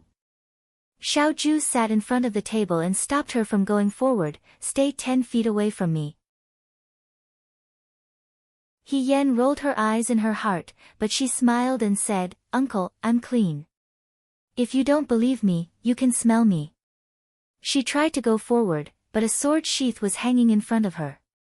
It touched her nose and blocked her way. Through the gap in the black cloth, she could see Xiaoju covering her nose with her sleeve. She looked unhappy and her eyebrows were furrowed as if she had been attacked by a rebel army. He Yan spread her hands, okay. I won't go forward. Second young Master Xiao was really fastidious. She didn't know if his fastidiousness could save his life. If she hadn't jumped into the toilet, she didn't know how long the second young Master Xiao would have lasted under the poison of the incense ball. He Yan felt regret. If she had known, she would have just thrown the incense ball in front of Xiaoju. Let's see if he would still be so picky. She held onto the bamboo stick and found a chair. She sat down and thought for a while before asking, Uncle, how long are we going to stay in this house? Why? Xiaoju said, do you want to go back? That's not it. I just feel that it's a bit weird. He Yan replied. She still wanted to find out more about He Rufei from Yuan Baozhen and Ding Yi. Of course, she couldn't go back so soon. However, it wasn't right to stay here. He Yan didn't know what Xiao Ju was doing, but Xiao Ju's actions had already attracted Yuan Baozhen's attention. Now, Yuan Baozhen was looking for trouble with He Yan. If this continued, He Rufei wouldn't be able to uncover many of his secrets. Yuan Baozhen might even find out about her plan. How is it weird? Xiao Ju said calmly, as if she didn't take her words to heart. Every few days, Imperial Censor Yuan comes to talk to me. He Yan went straight to the point, I feel like he's trying to get information out of me. Uncle, aren't you afraid that I'll reveal some secrets to him if I stay here alone? Xiao Ju looked at him with a half-smile, what secrets do you have to reveal? He Yan, Xiao Ju and Fei Nu didn't tell He Yan what they were doing in secret. It was obvious that they didn't treat her as one of their own. Even if Yuan Baozhen wanted to get information, He Yan really didn't have any secrets to reveal to him. She was just an insignificant person who didn't know anything about this. She said, that's not right either. How can an uncle leave his nephew alone in a wolf's den? Isn't that suspicious? Who knew if Yuan Baozhen would make another sachet for her? She couldn't fall into the toilet again and again. It wouldn't hurt her eyes, it would hurt her brain. Suspicious? Xiao Ju looked down and said slowly, I don't think he's suspicious these past few days. He Yan screamed in his heart. That was because she had been lying for him. Anyone would be suspicious of such a clumsy lie. However, He Yan could tell that Xiao Ju did it on purpose. She was probably trying to divert the trouble. This person was too black-hearted. She didn't even feel guilty for doing such a thing. She said, Uncle, you've been running around all day. Have you found the culprit yet? When she said this, there was a hint of sarcasm in her voice. Although her eyes were covered, she could imagine the young man rolling his eyes. Xiao Ju replied calmly, I found him. Found him. He Yan was stunned, who is it? You'll find out soon. What did she mean by, find out soon? She already knew that the culprit was Yuan Baozhen and his servant. He Yan was so anxious that he scratched his head. He couldn't wait to bring Xiao Ju to Yuan Baozhen. Ding Yi pointed at Yuan Baozhen and said to Xiao Ju, it's him. It's him. Catch him. However, she could only play dumb and asked, Uncle, aren't you going to catch him now? It's not time yet. Xiao Ju smiled. Then how long do we have to wait? When the swindler shows up. He Yan, what? She didn't understand what Xiao Ju meant. Before she could ask any more questions, Fei Nu had already walked over and pulled her out of the room. He pushed her out of the room and said, it's late. You should rest first. With a bang, he closed the door again. He was really heartless. He Yan glared at the door behind him. There was a little person cursing in his heart with her hands on her hips. Not to mention that they were schoolmates in their previous lives. In this life, they had dealt with assassins together. They could be considered as half-life friends. What was with Xiao Ju's attitude? With this attitude, there were still so many girls in Dawei who admired him. He was afraid that they were all poisoned by the sorcerer tribe of Nanjiang. She climbed onto the bed and lay flat. She pulled the blanket up and buried her head in it. Forget it. Rest is fine. Anyway, the person Yuan Baozhen wanted to kill is not me. After the autumn equinox, the night became even colder. He Yan was woken up by the cold. The Sun family's blanket was made of silk. It was cotton and soft.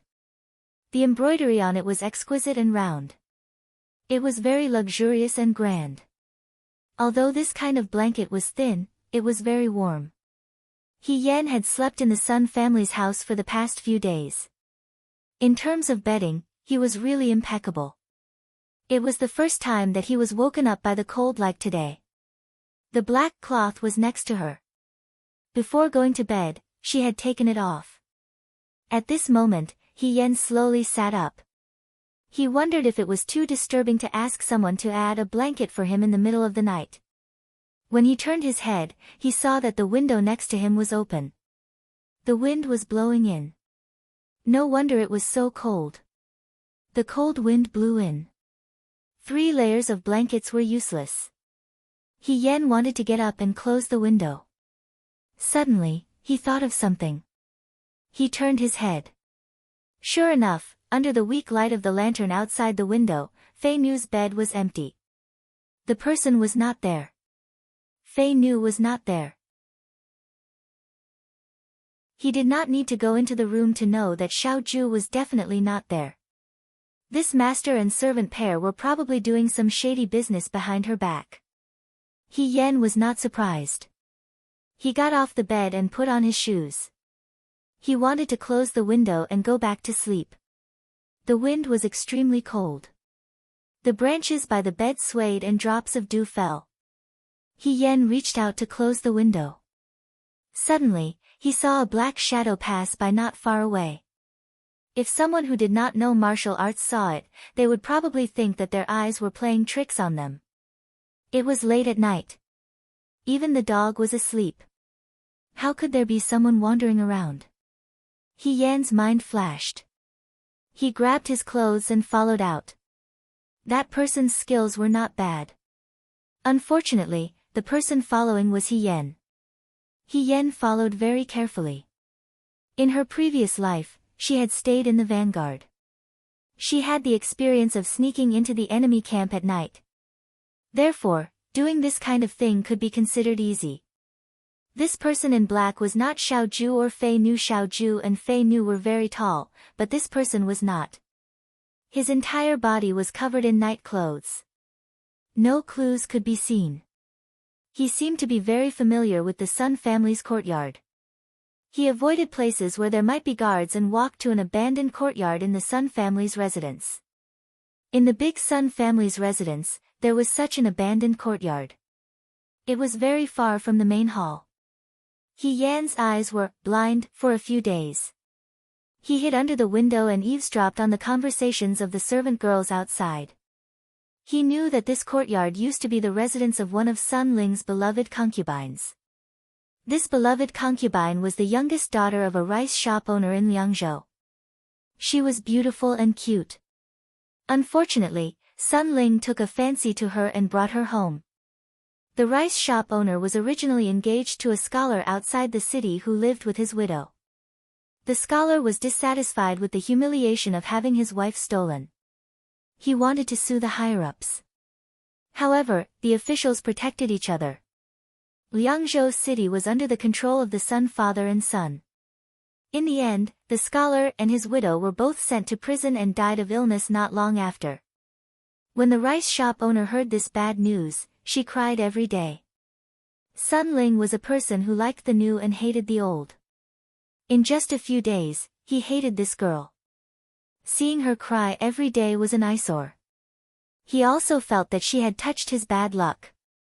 He raised his hand and gave the girl to his subordinates. A good girl was tortured to death just like that. It was probably because her death was too tragic. Not long after, there were rumors in the courtyard that someone heard the girl crying at night. Sun Ling felt that it was bad luck and sealed the courtyard. With the rumors of ghosts, no one dared to enter. This courtyard became a deserted courtyard. When Yen heard about this past, he wanted to rush up and twist Sun Ling's head off. There were always people in the world who were full of evil. They had done countless evil deeds. The funny thing was that these people were afraid of karma and didn't dare to move forward because they were guilty.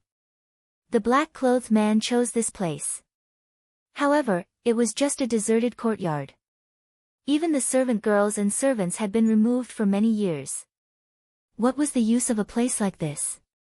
There were many weeds growing in this place.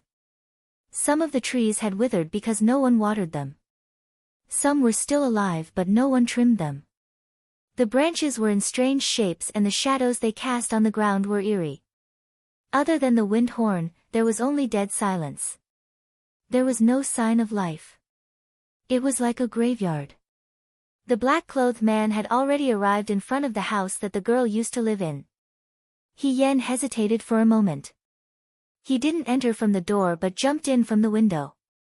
He didn't know if Sun Ling had a guilty conscience. There were many Taoist seals on the door and windows of the house. He was probably afraid that the girl's soul would come to find him.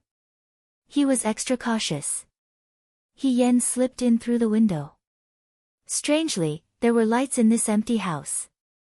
With the lights on, He Yen couldn't help but be surprised when he saw the scene in front of him. In this house, there were many Buddha statues on the table and floor.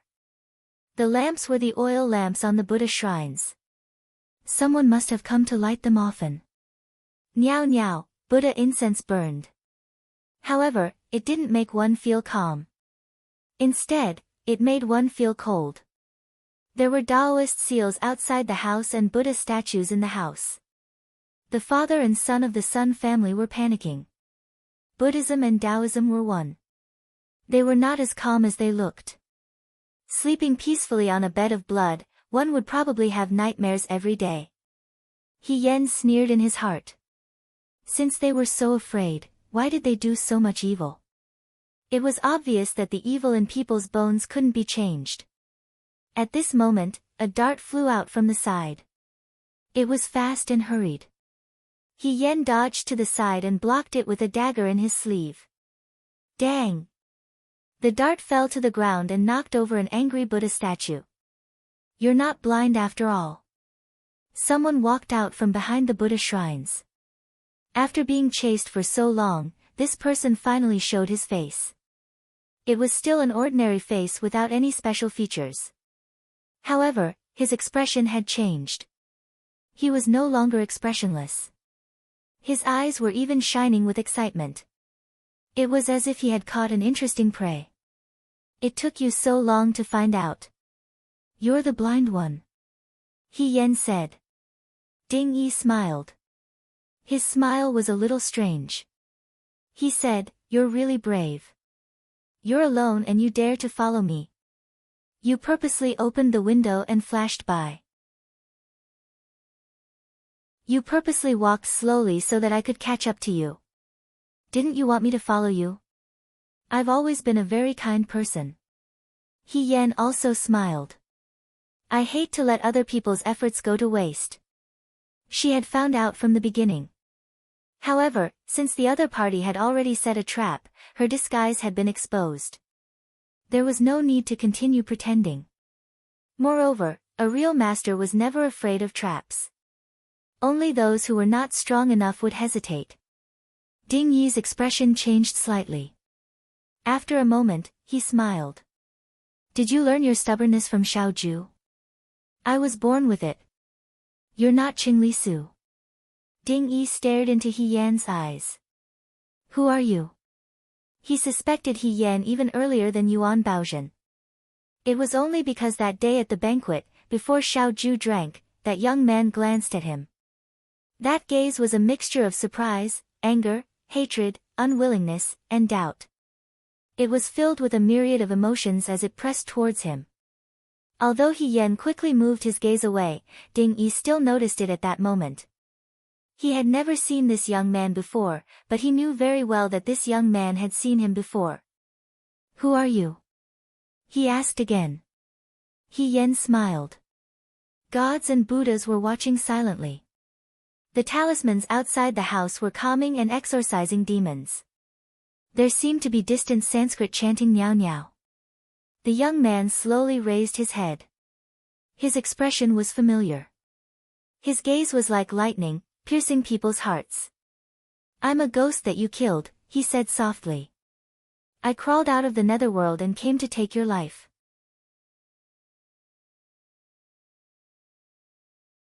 Chapter 100. This was an unfamiliar face that Ding Yi had never seen before, and there were no signs of disguise.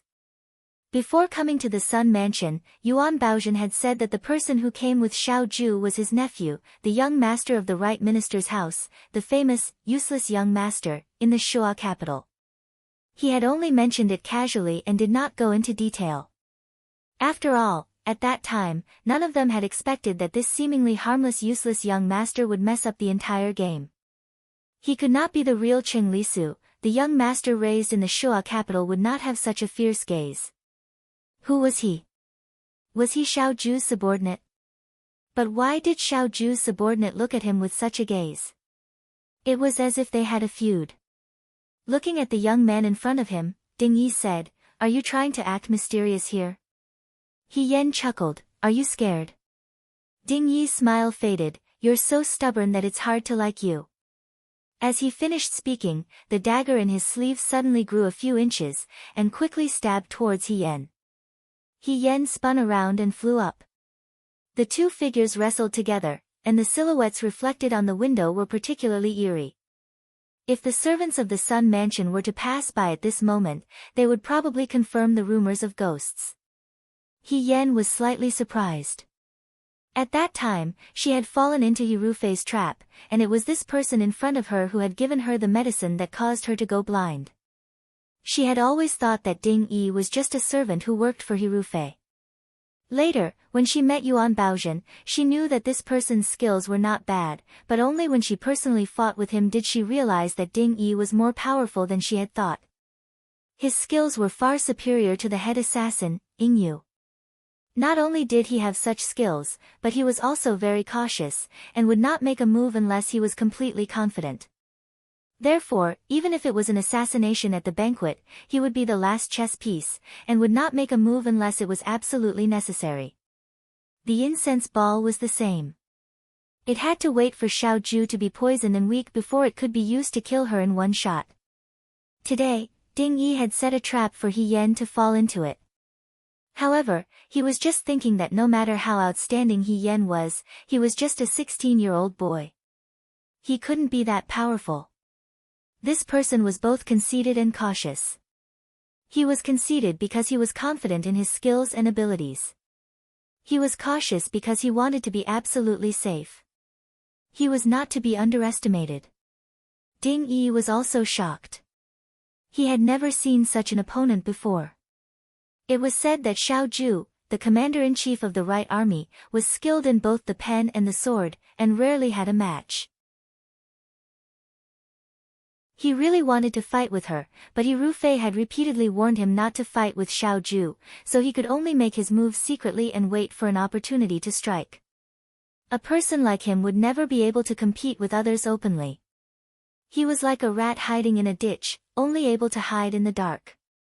Having a body full of martial arts skills but nowhere to display them was like walking in the night in brocade clothes. In Ding Yi's heart, it was not that he did not feel disappointed. This boy had a mysterious background, and he was eager to try. He wanted to defeat him openly, and then use him to scheme against Xiao Ju. This way, he could show off his abilities. However, after this fight, he realized that he had been too careless. This boy's skills were not weak. The dagger brushed past He Yan's head. Ding Yi's palm came and hit He Yan's left shoulder, causing her to retreat a few steps and knock over the Buddha statue on the table. "You are being disrespectful to the Buddha statue." He Yan said, "Aren't you afraid that the Buddha statue will come to you at night?" Ding Yi looked at her unhappily. This boy had been hit by his palm, yet he could still talk. He sneered, "Do you know that a Buddha statue here represents a dead person? You will soon join them." He Yan reached out and touched her shoulder, revealing a frightened expression, "Don't tell ghost stories at night for no reason." Although she said this, she did not hesitate to stab Ding Yi with the dagger in her hand.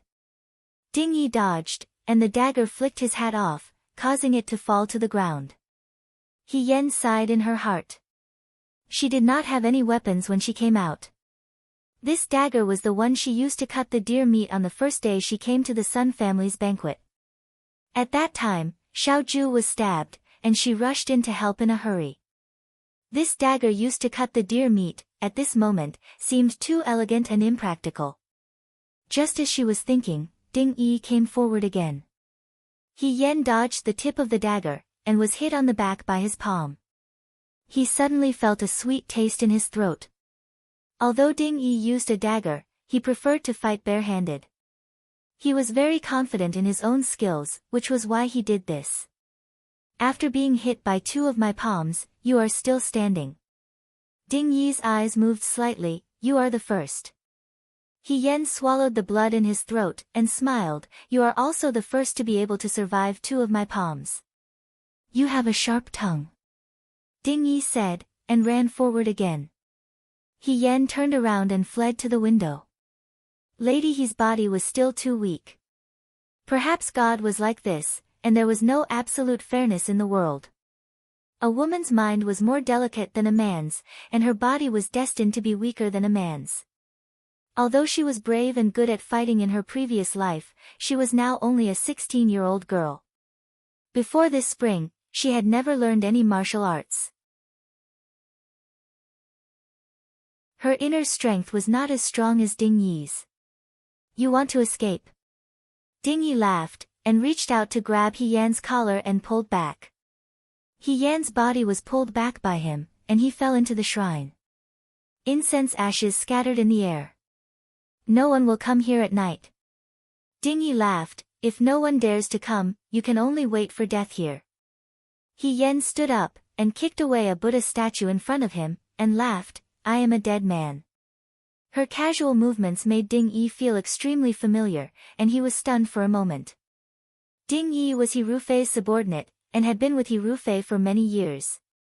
They had always lived in a courtyard, far away from Shuajing. In the past few years, He Rufei had trained Ding Yi to be a man of sacrifice. Ding Yi was very skilled, knew how to make poison, knew how to disguise, and was very meticulous. Even if he was someone else's subordinate, he was still very outstanding. His skills naturally needed to be put to good use. However, when they returned to Shuajing, Ding Yi's first task was to make a bowl of poison that could blind people and deliver it to young Mistress Su, He Rufei's cousin. At that time, he was very dissatisfied with this task, and did not know why He Rufei gave the order to kill his cousin. The fight between women was a matter of the harem. What use was there for him? It was a waste of talent. Ding Yi felt insulted. He Rufei told him, don't underestimate her. You have to be careful, and don't let anyone find out. Ding Yi was very confused. How powerful could a woman be? Why did he have to be careful? Half curious and half disdainful, Ding Yi entered the Su family and stayed there for 3 days. It was during these 3 days that he realized that young Mistress Su was not a simple woman. She was very sensitive. Sometimes, when Ding Yi hid in the dark and wanted to observe her, she immediately noticed that something was wrong. There were a few times when Ding Yi almost exposed himself. In the end, he had no choice but to use the identity of He Rufei's servant to hide in the Su family. Although young Mistress Su was cautious and sensitive, she trusted the He family very much and gave him an opportunity. He still remembered that the bowl of medicine was given to young Mistress Su. When young Mistress Su heard that it was a tonic sent by the He family, she drank it all without thinking. At that time, he did not know what to feel. This kind of woman with such skills and ability, if he fought her openly, he would have to put in a lot of effort to take her life. However, as long as someone close to her took action, she could get what she wanted with just a bowl of medicine. She did not even need to put in much effort. No wonder people always said that the only people who could be deceived and hurt were the people close to them. During those 3 days, Ding Yi also noticed some of young Mistress Su's little habits. For example, sometimes when there was something in front of her, like a fallen tree branch, she liked to kick it away. Her kicking seemed casual, but she used a lot of force. This was considered very rude for a woman from a rich family. Young Mistress Su also knew this, so every time she unconsciously kicked something away, she would react. If there was no one around, she would leave as if nothing had happened. If there was someone around, she would stick out her tongue apologetically. While she was doing this, her face, which was always expressionless, took on a lively expression. It was as if this was the real her. Therefore, after such a long time, Ding Yi almost could not remember young Mistress Su's appearance, but he still remembered her kicking away the tree branch in front of her. Just now, the young man in front of him kicked away the Buddha statue at his feet. That action and expression suddenly overlapped with the young Mistress Su in Ding Yi's memory. But how could he be young Mistress Su? After drinking that bowl of medicine, young Mistress Su became blind. Ding Yi thought that was the end of it. Until this spring, when he was at the He family, he heard that young Mistress Su slipped and fell into the pond and drowned. Ding Yi did not think that she really slipped and drowned, because when He Rufei and the He family heard this, other than the madam of the second branch, they were not surprised at all. They must have known this long ago. What could cause the entire He family to be so ruthless towards a married daughter, and not be at ease even if she became blind, and still want her life? After thinking about it, he gradually thought of a clue. He Rufei lived in another courtyard for many years, and when he returned to Shuajing, he suddenly became General Feihong. Ding Yi thought that the He family found a substitute for He Rufei, and since He Rufei was back, the substitute should die. But, what if that substitute was a woman? This sounded inconceivable, but it was not impossible. Especially when Ding Yi thought about young Mistress Su's alertness and skills, it was not something that an ordinary woman could do. Especially when they heard that young Mistress Su was blind, she did not collapse, but tried to listen to sounds to distinguish shapes. Perhaps it was because of this that the He family felt uneasy. What they needed was an obedient blind person. If this blind person could walk, move, and talk, they would not be at ease. The young Mistress Su that he had blinded might be the famous General Feihong. Every time he thought of this, Ding Yi felt proud and regretful. He was proud that he had quelled the chaos in Xichang, and that the General Feihong, who many people were afraid of, had been defeated by a small character like him. Regretfully, although he had schemed against young Mistress Su, it was not honorable. It was just a bowl of medicine. The light was dim, and the young man's appearance was blurred. He Yan's eyes curved. It's not a good habit to be absent-minded during a fight. Her voice was accompanied by her movements. She was as nimble as a ghost, and in the blink of an eye, she was in front of Ding Yi. Pfft! The dagger scratched his sleeve, leaving a bloody mark. He Yan had stabbed his arm. Is this all you've got? Ding Yi's eyes flashed with excitement, and a little disdain. This young man was definitely not General Feihong. General Feihong was more than this. He disapprovingly tore off the part of his sleeve that had fallen out. He looked at He Yan and laughed. I don't care if you're a human or a ghost, you're going to die today. He rushed towards He Yan. The room was very spacious, but because there were Buddha statues everywhere, it seemed narrow and cramped. Ding Yi had been practicing martial arts since he was young. He had a strong inner strength, and his methods were treacherous and dangerous. If not, he would not be He Rufei's trusted aide. He Yan had fought with him for 4 or 5 moves. The places where she was hit were covered with wounds. The most serious injury was on her back, which was cut by Ding Yi's dagger. The window was right in front of her, but she could not escape. She was caught and thrown to the ground. Ding Yi grabbed her head and looked at her in confusion. Who are you? Who do you think I am? The young man's lips were bleeding, but his expression was indifferent, as if he did not feel pain. Even his smile did not change. In a trance, Ding Yi thought of young Mistress Su. This thought made him unhappy. He tightened his grip on He Yan's neck and said, if you don't tell me who you are, I'll kill you and bury you here. There are Buddha statues and spells everywhere. You'll never be reincarnated. So, he said softly, as if he was coaxing her. Who are you? The young man's skills were already very good, but he gave Ding Yi a feeling of déjà vu. Ding Yi did not want to miss out on the truth. But He Yan heard him and laughed. She laughed so hard that she coughed up some blood.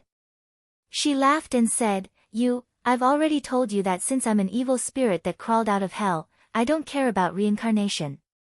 Moreover, even I can come and go freely. These spells and Buddha statues are just clay and paper. You can't treat them as real. You're so gullible. Does your master, He Rufei, know that? He actually knew about He Rufei. Ding Yi was stunned. His expression suddenly changed. What else do you know? He subconsciously reached behind him, but found nothing. The young man's face was still in front of him, smiling. Ding Yi felt that something was wrong. He stabbed the dagger in his hand, but the young man seemed to have suddenly woken up. He gently pulled back and escaped from Ding Yi's control. She held a small plum blossom dart in her hand. She leaned against the shrine and played with it. She said, "Is this your trump card? You even hid it in your clothes. If you hadn't been beaten up so many times, I wouldn't have found it." Ding Yi's face suddenly darkened. "Are you playing with me?" "I wouldn't dare," the young man smiled.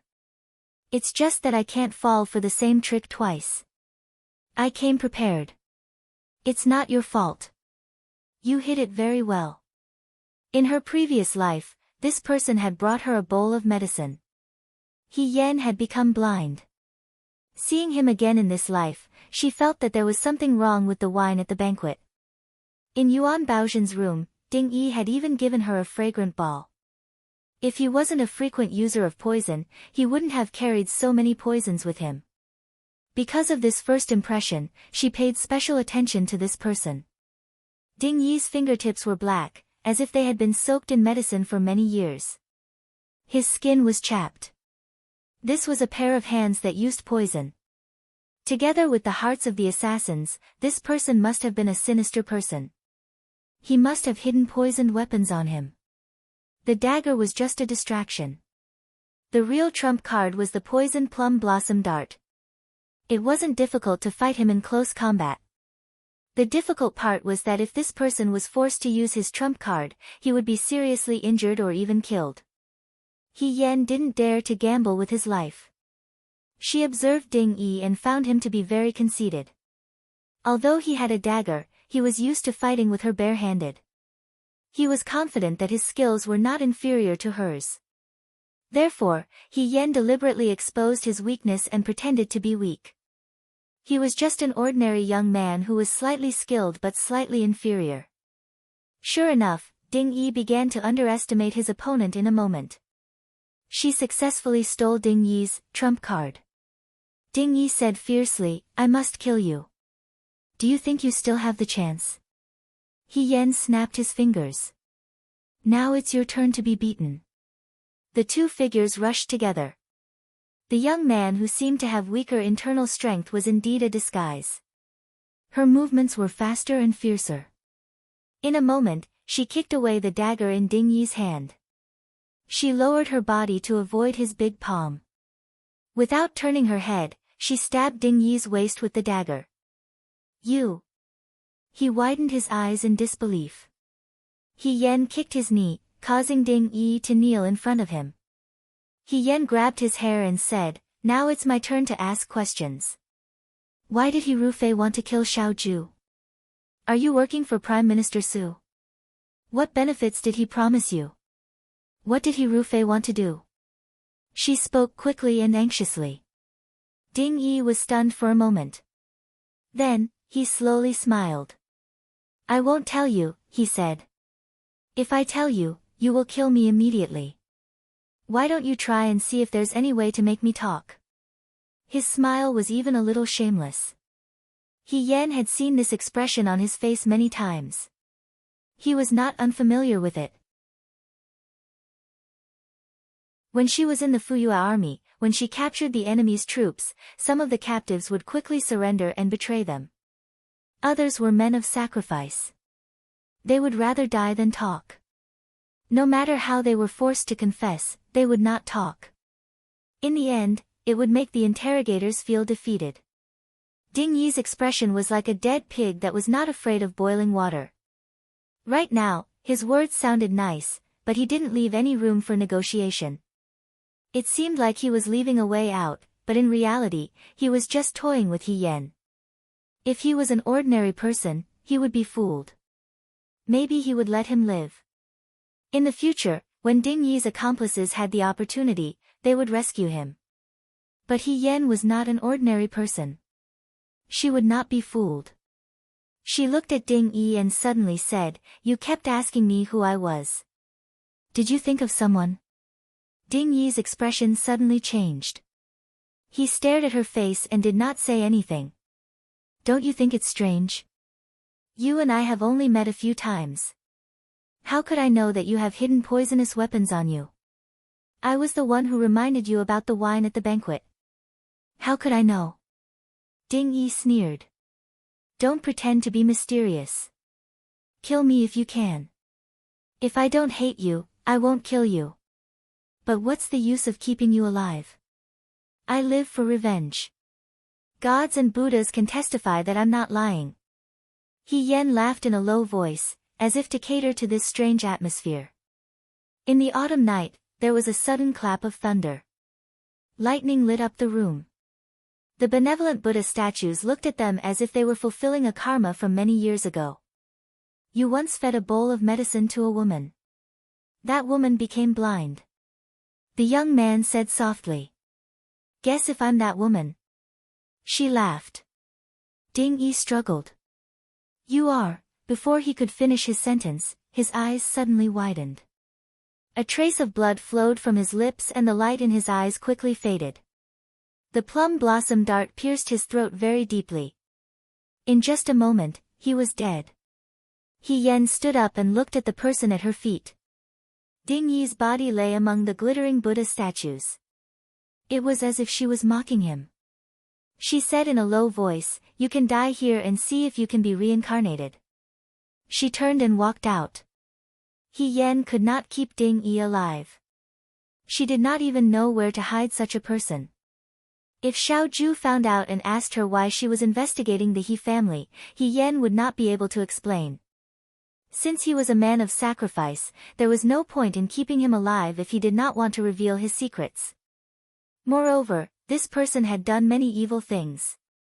His death was not to be regretted. Dying here was the best ending for him. After all, this courtyard was haunted. It would take a few days for someone to find his body.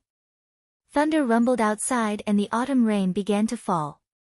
He Yen stumbled towards the direction of the house. Although she used herself as bait to lure Ding Yi to let his guard down, she did suffer a lot of injuries. Her body was not as strong as it was in her previous life. Ding Yi was also not an ordinary person. She might have underestimated He Rufei's strength. The wound on her back was drenched by the rain. The blood flowed into the courtyard and was quickly washed away. He Yen felt that all the strength in her body was disappearing. This was probably the most embarrassing situation she had ever been in since she was reborn. Fortunately, when she went out, Xiao Ju and Fei Nu were not around. It had only been a short while, so they probably had not returned yet. She had to quickly go back and change her clothes, pretending that nothing had happened. The house was right in front of her. He Yen jumped in through the window. Seeing that there was no one in the house, she was relieved. She muttered in a low voice, Fortunately, I was not discovered. Just as she finished speaking, she heard someone's voice. It's too early for you to be happy. With a pa sound, the room suddenly lit up. He Yan's entire body froze. A person was sitting in front of a small table in the middle. He was playing with a fire starter in his hand. The light on the table flickered. That person had handsome eyebrows and neat clothes. He turned his head and glanced at her. You're back. It was Xiao Ju. He Yan's heart trembled. She quickly regained her senses and said, Uncle. This is a misunderstanding. I just realized that I can see. I met an assassin outside. Before she finished speaking, the young man sitting in front of the small table was already in front of her. He pulled out a sword and stabbed it towards her chest. He Yen hurriedly reached out to block it. The tip of the sword did not want to kill her. It turned a corner and sliced open her clothes. Swish, the blood-stained clothes were torn to shreds. The girl's body was pale and weak. Her chest was wrapped in layers of white cloth, like a bud. He Yan's face suddenly turned red. Xiao Ju hugged her from behind. The scabbard was pressed against He Yan's neck. Their breathing was tense. The liar is here. He curled the corners of his lips, as if he was the lazy and dissolute young man in white robes under a big tree. His voice contained a hint of mockery as he indifferently laughed. Should I call you He Yen, or eldest Miss He? The end of the second volume.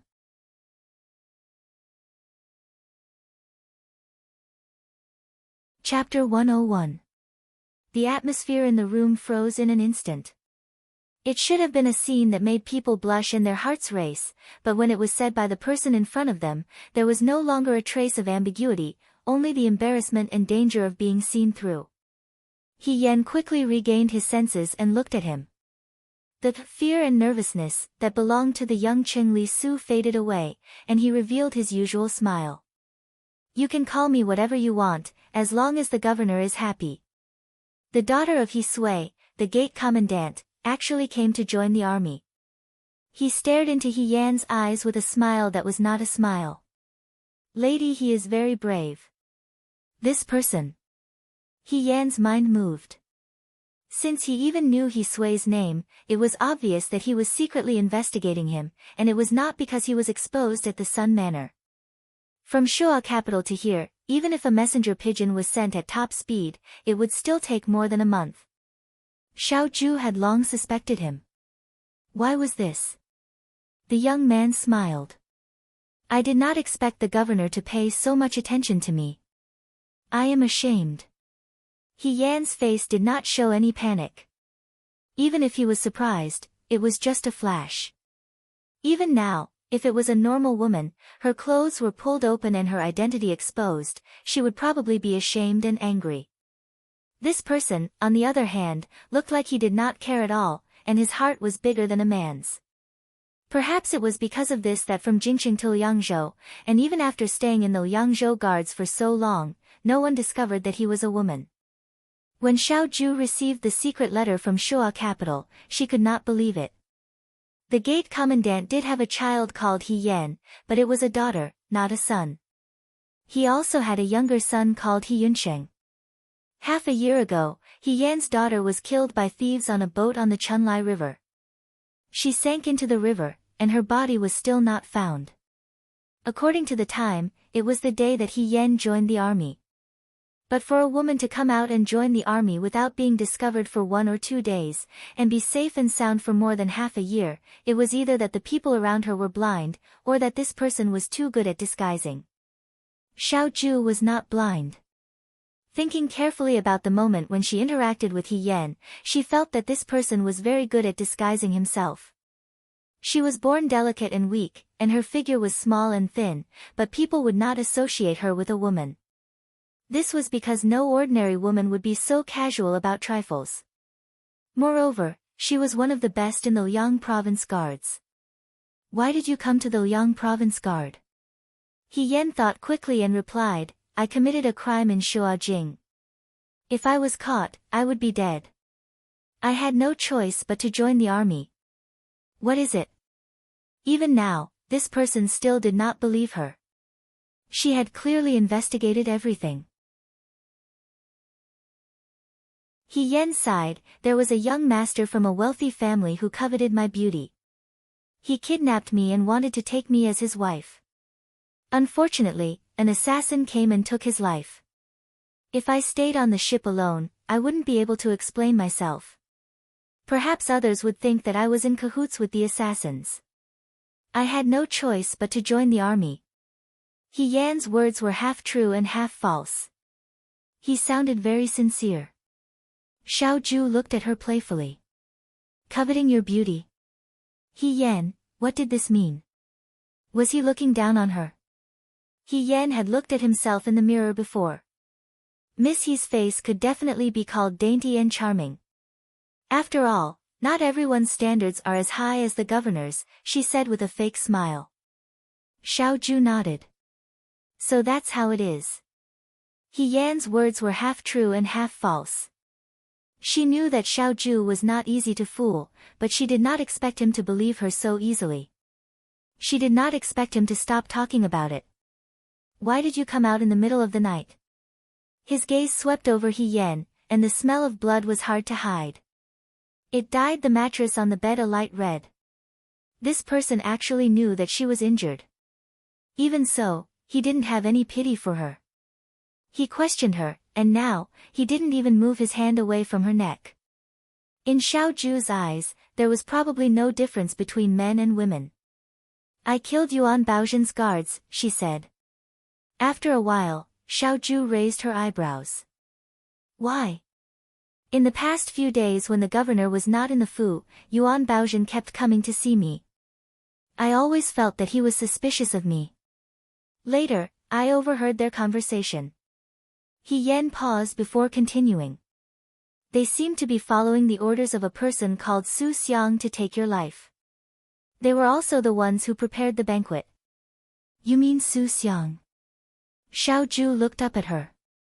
Her limpid eyes showed a strange emotion. He Yan shrugged. Yes, you can think about whether you have offended someone called Su Xiang. I woke up because of the cold. When I woke up, you were not there. The window was open. When I closed the window, I saw someone pass by. That person deliberately led me to the abandoned courtyard of the Sun Fu. He was Yuan Baozhen's guard. He wanted to use me as a hostage to tie you down. He Yan shook her head. But I am not the real Cheng Li Su. I don't think the governor would give up for me. What if the governor killed me with an arrow to prevent future trouble? After thinking about it, I could not fall into his hands. I fought with him for a long time and finally killed him. He Yan gestured for her to look at herself. That's how I ended up like this. Although she said it casually, she was still injured. Her complexion was not good and her body was losing strength. To be able to kill Yuan Baozhen's guard and still be alive, you are very capable. I think so too, He Yan forced a smile. Then, Governor, do I have the qualifications to enter the Nine Flags Battalion now? She did not hide her desire to enter the Nine Flags Battalion. You think you can enter the Nine Flags Battalion? Xiao Ju asked. Of course, and I helped you get rid of a big problem. Governor, you should reward me. Xiao Ju was not angry. Instead, she laughed and let go of He Yan's hand. She looked down at her and said mockingly, sending you back to Shuajing tomorrow will be my reward for you. No. He Yan sat up straight, and with this movement, it pulled on his wound, causing him to hiss in pain. She said, I can't go back to Shuajing. If I go back to Shuajing, the Fan family will not let me go. Governor, do you have the heart to let a good person be wrongly imprisoned? Have the heart. He Yan. You can't do this. You don't have the qualifications to negotiate with me. He Yan said so much that she felt dizzy. She was afraid that if she continued, she would not be able to hold on. She did not even treat the wound on her body. She said, you will regret it. Why would I regret it? Since I am going to be sent back to Shuajing, there is no need to hide my identity. Everyone knows that there is a woman in the Yangzhou guards and will guess what is going on. He Yan smiled slightly. I can only tell them that my relationship with you is not normal. Xiao Ju heard this and said carelessly, how is it not normal? Not normal means not normal. I know that there is a red mole on your waist. As soon as she said this, the room suddenly became silent. There was only the sound of thunder outside the window and the continuous autumn rain falling on the stone floor. Xiao Ju slowly turned to look at her. The anger in her eyes grew stronger. The young man looked like a rascal. He smiled and said with a pale face, previously when you were bathing. My eyesight is not bad. I saw it with one glance. If you want to blame someone, blame it on our governor for being so charming. Even the red mole on your waist is so perfect that it is hard to forget. There was such a woman in this world. Xiao Ju could not believe it. After He Yan said this, she seemed to be unable to hold on. Her head tilted and she fainted. Xiao Ju, Fei Nu's voice came from outside the door. Young master. Xiao Ju said, come in. She grabbed the mattress on the bed and threw it on He Yan to cover her. Fei Nu came in and did not look at He Yan. She said, the body of Yuan Baozhen's bodyguard was found in the side courtyard of the Sun residence. He died from his own plum flower darts. Xiao Zhu said, I know. So, He Yan did not lie about this matter. The smell of blood in the room was so strong that it could not be ignored. Fei Nu hesitated for a moment before asking, Young master, He Yan is injured? Fei Nu was also very surprised when she found out that He Yan was a woman. Other than her figure and appearance, He Yan did not look like a woman at all from head to toe. However, it was this woman who killed Yuan Baozhen's bodyguard. That bodyguard was very skilled in martial arts and was best at using poison. Her injury is not light. Young master, what do you plan to do with her now? Fei Nu asked. Xiao Zhu paused for a moment and said, Go out and find a female doctor. Fei Nu was slightly surprised. Xiao Zhu's words meant that she wanted to save He Yan. Young master, have you confirmed that she is not one of Prime Minister Su's people? It doesn't seem like it.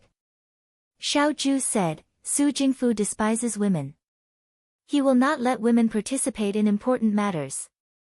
In the secret letter from Shuo capital, it said that the He family and Su Jingfu have no contact. However, he thought for a moment, it is better to be careful.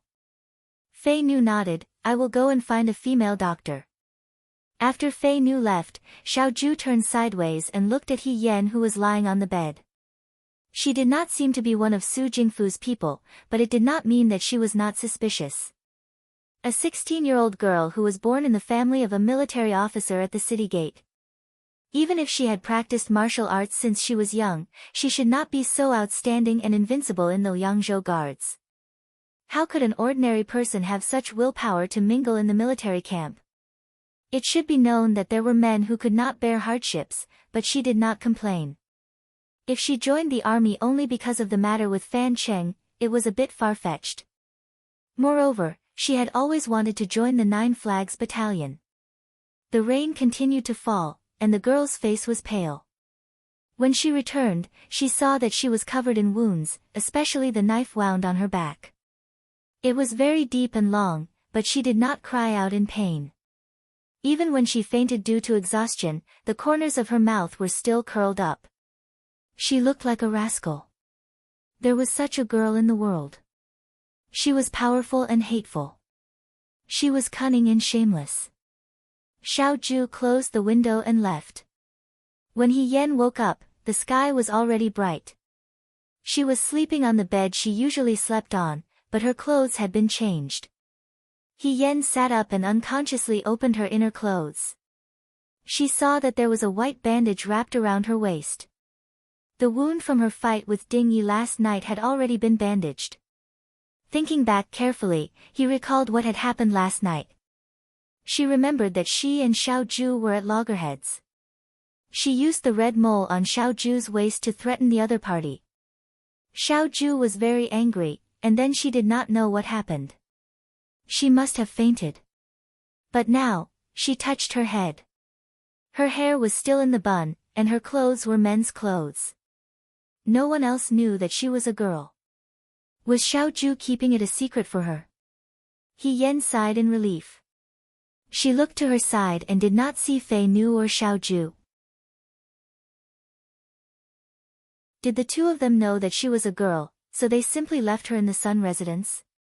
He Yan wanted to get out of bed, but when she moved, a small bottle with a long neck rolled out from her chest.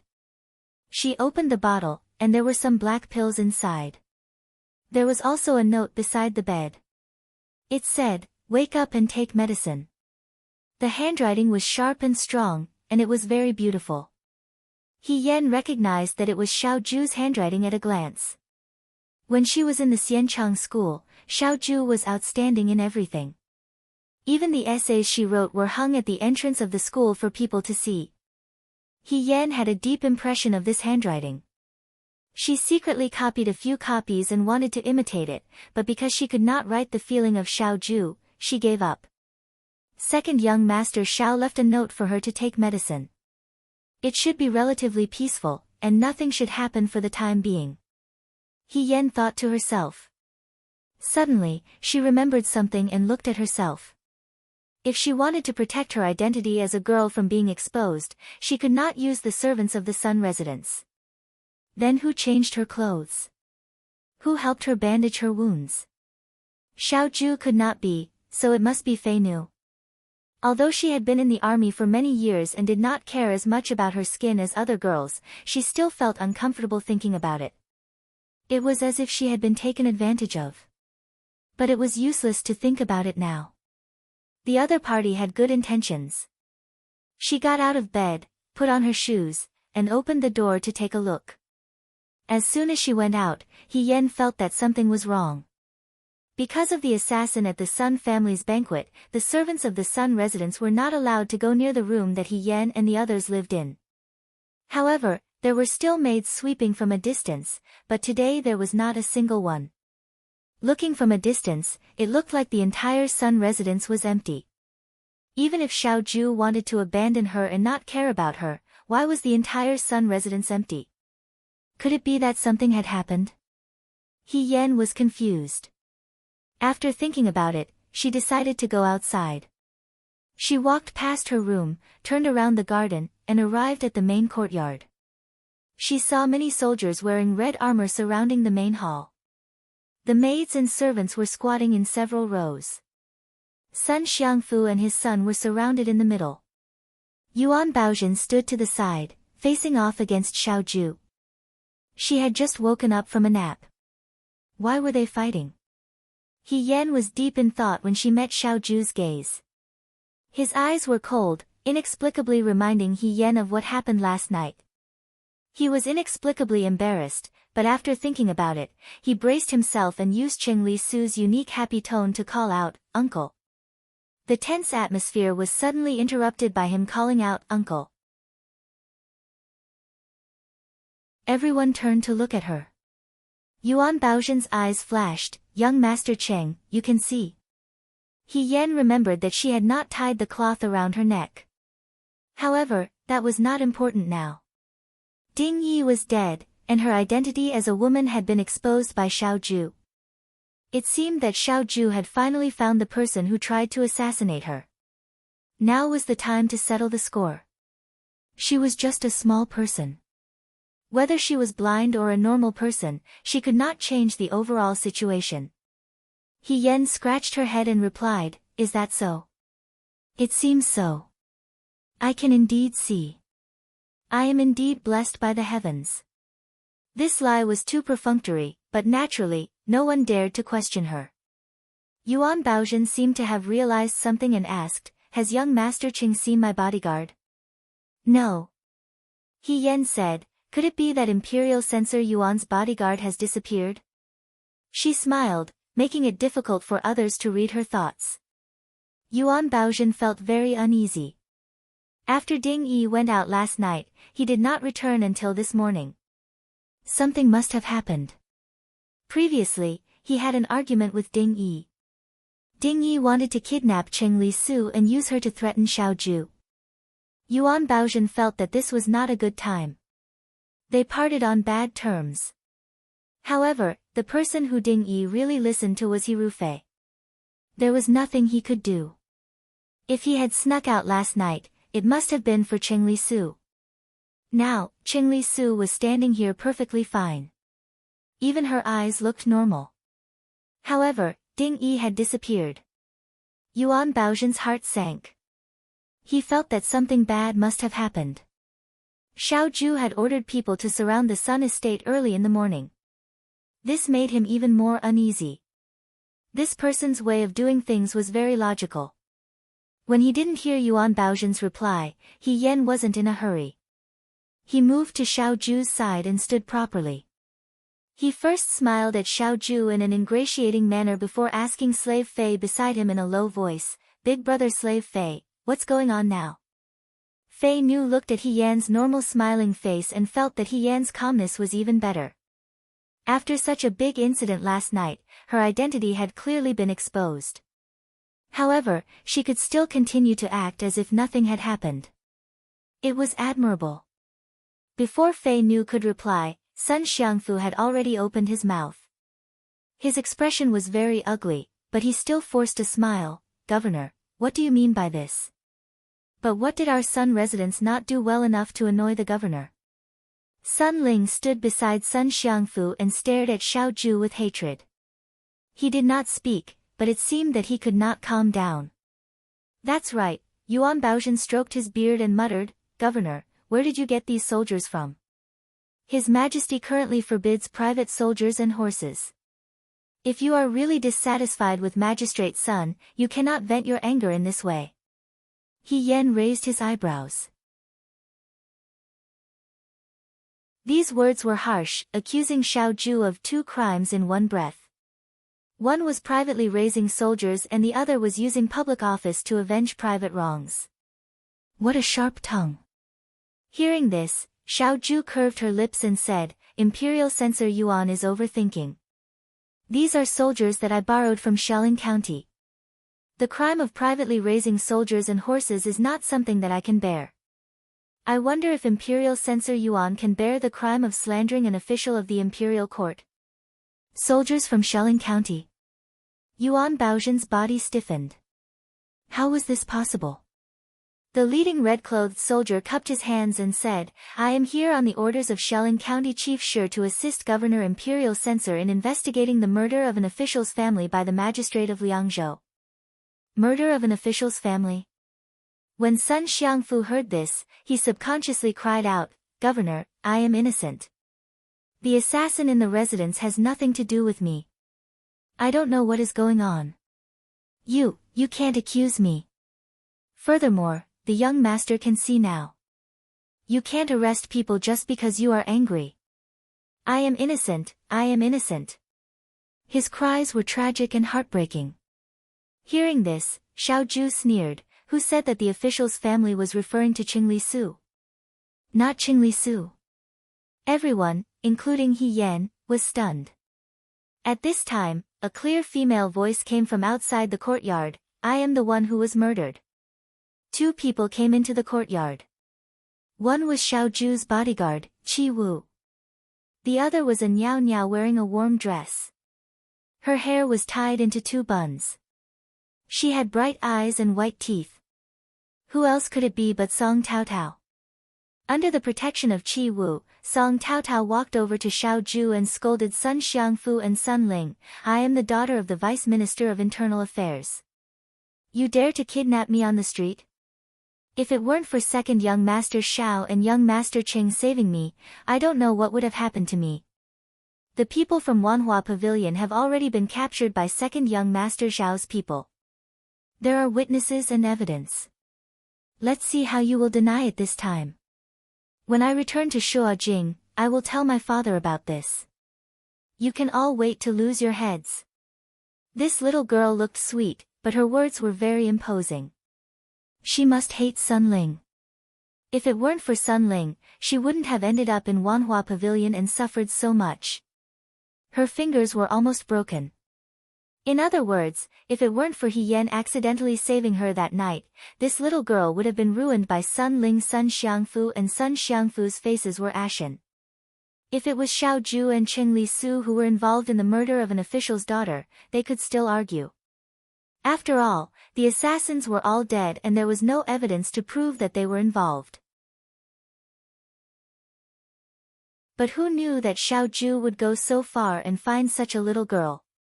Who would have thought that the girl Sun Ling kidnapped was the daughter of an official in the capital? But in these years, how could this be the only evil thing Sun Ling had done? The girls who were kidnapped to the Sun residence came from all over the country. There were also daughters of wealthy families or officials. But once they arrived in Liangzhou, it was like a needle in the ocean. There was no way out.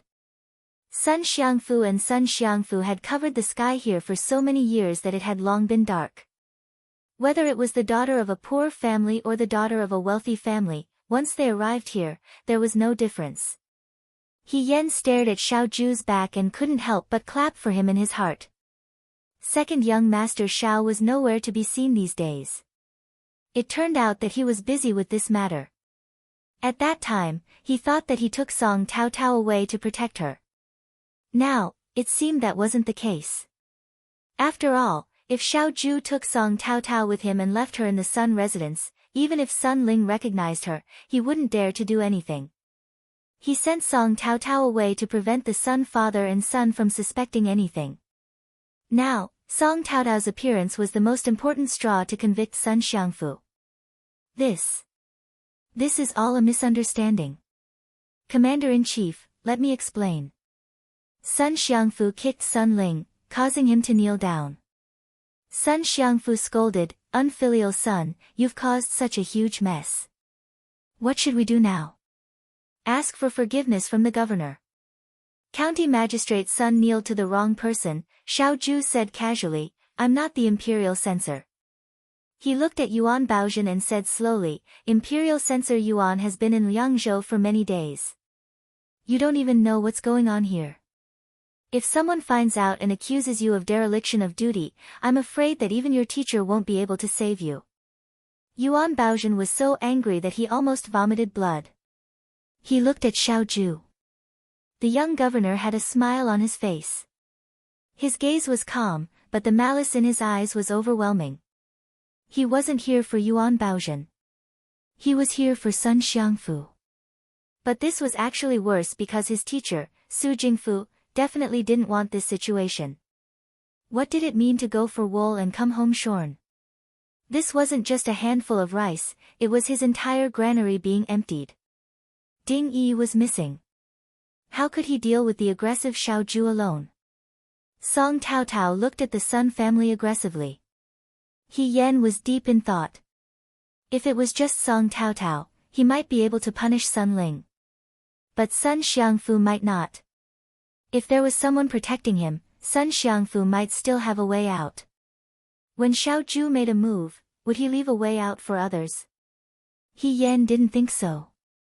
"Governor, please listen to our explanation. I'm really innocent." Sun Xiangfu and Sun Ling cried and howled.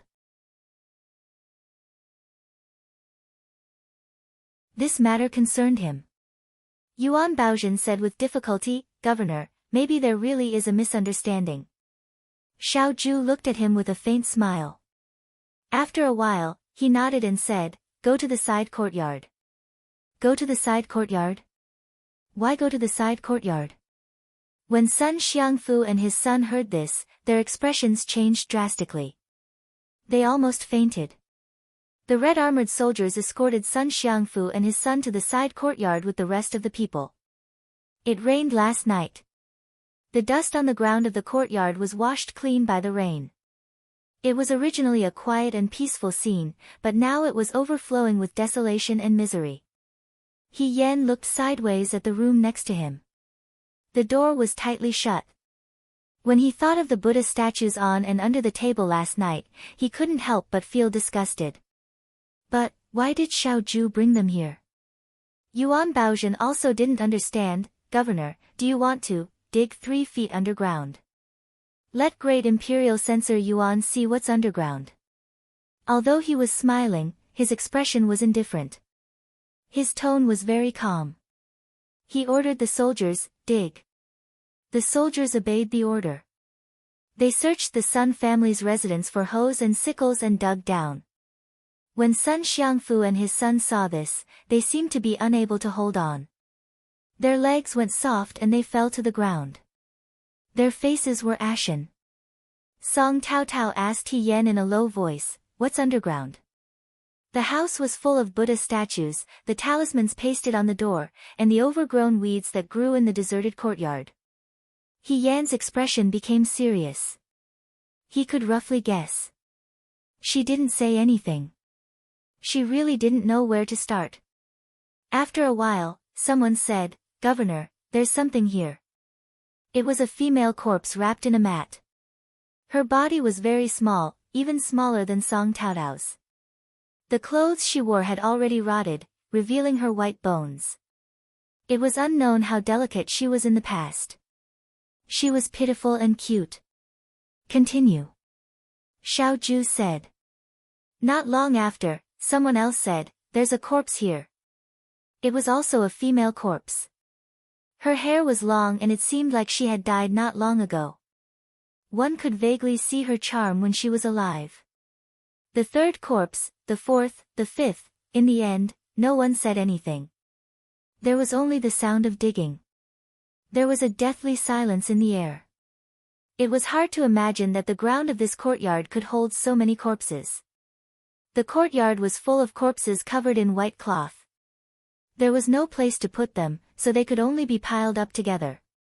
Under the deserted courtyard, there were countless skeletons of women buried. Perhaps there were gentle and shy flower girls, but there were also beautiful women. Here, regardless of whether they were rich or poor, high or low, they were all turned into mud and piled up into a mountain of unrecognizable corpses. These were all women who had been kidnapped by Sun Ling, then bullied and killed. They had suffered a great disaster when they were alive, and they could not rest in peace after death. The guilty man piled up countless Buddha statues and talismans to suppress and curse them. The altar lamp swayed forever. To these women, their lives were like an eternal night. There was no light. He Yan took a deep breath. The sins committed by Sun Xiangfu and his son were not covered by heaven and earth. God was angry and people abandoned them. Even after death, they were still punished.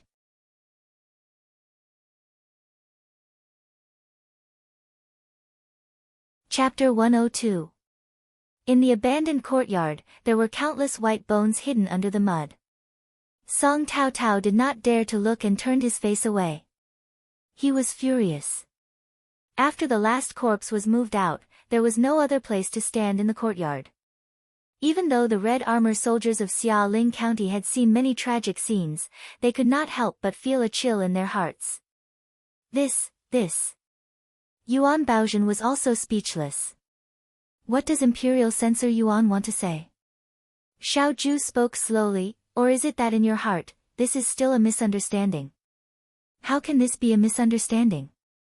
Without waiting for Yuan Baozhen to open his mouth, He Yan spoke first. This is Magistrate Sun's own residence.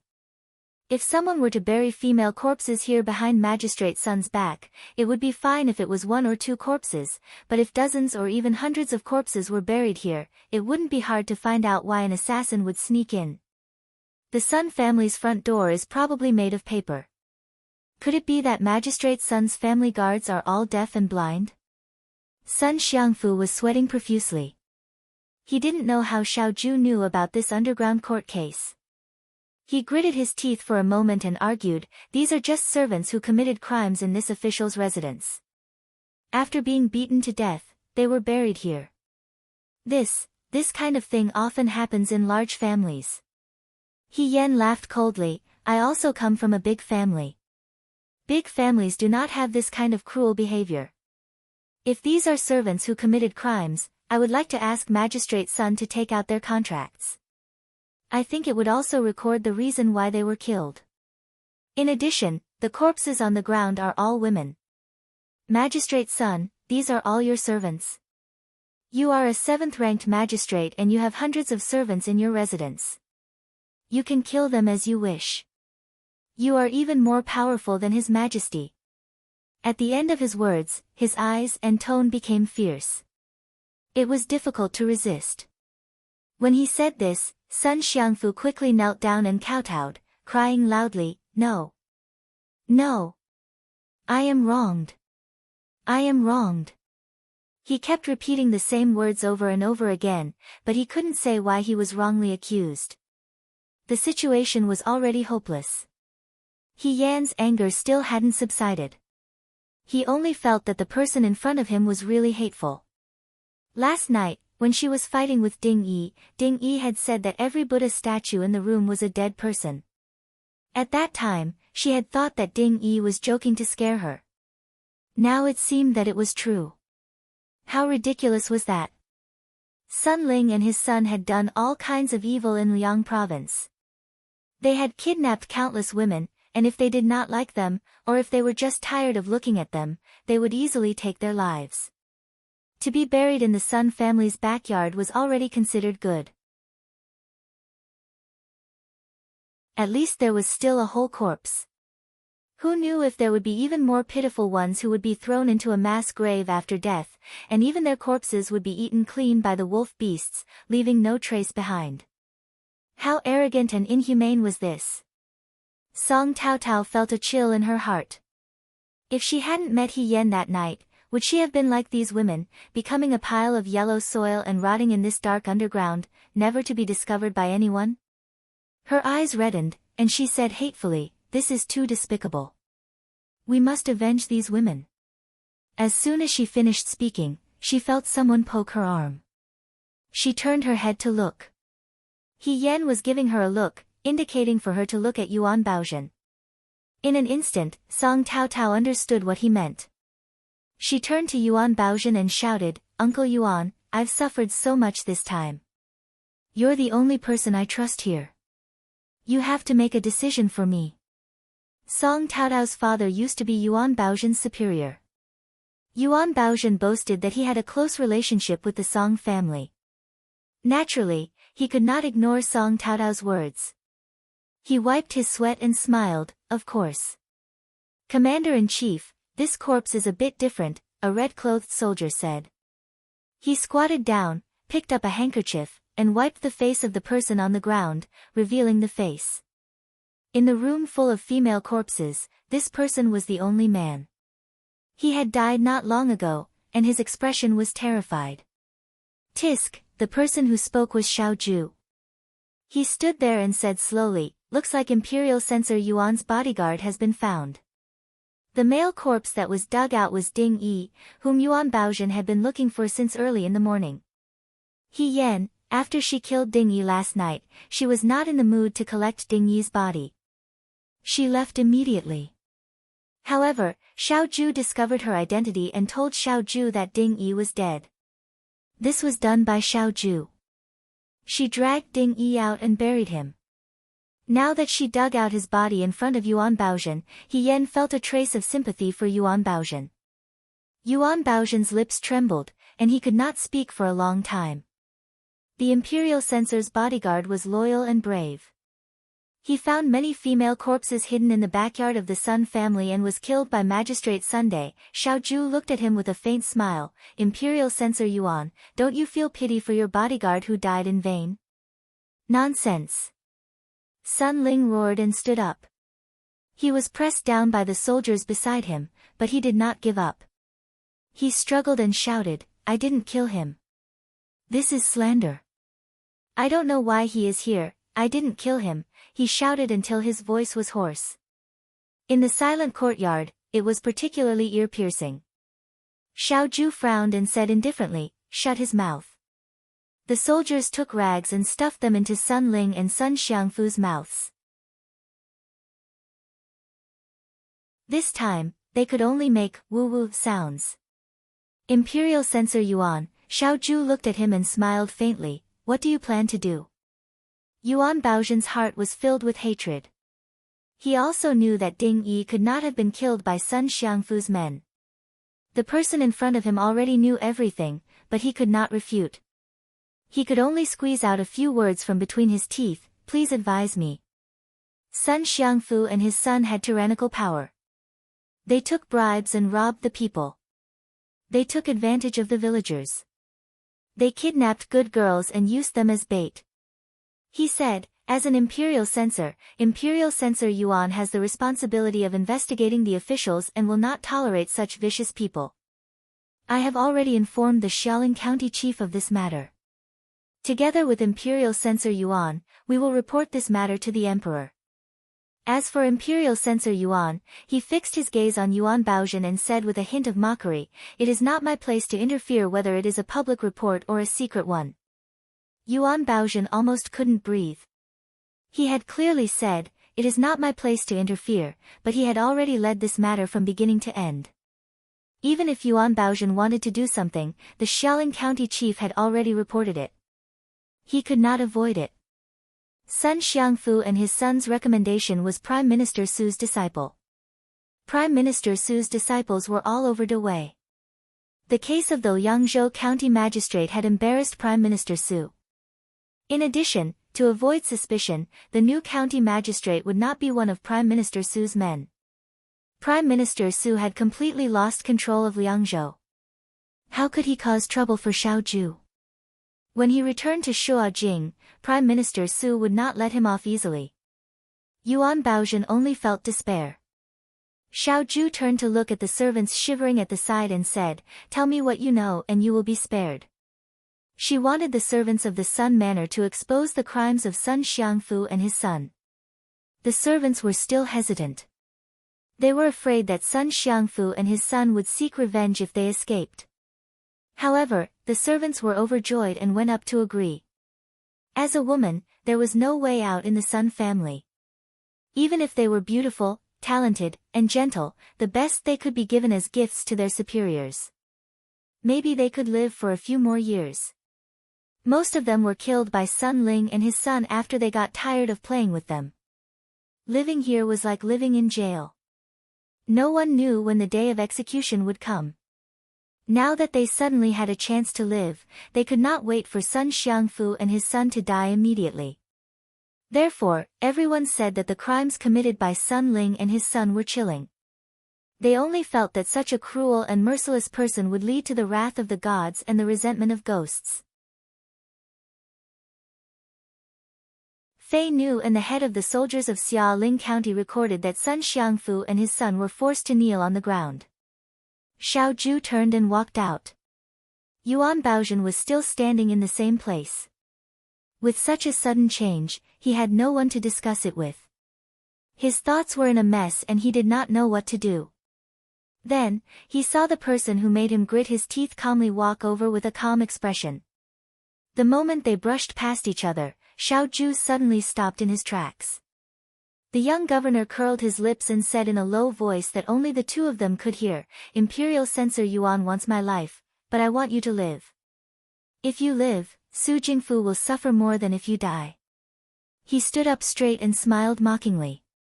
He said calmly, "When you return to Shuajing, send my regards to Prime Minister Su.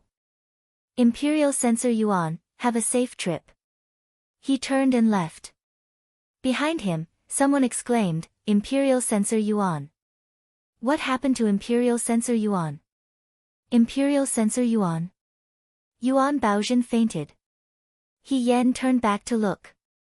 Xiao Ju's figure disappeared beyond the wall of flowers and could not be seen. This matter was settled.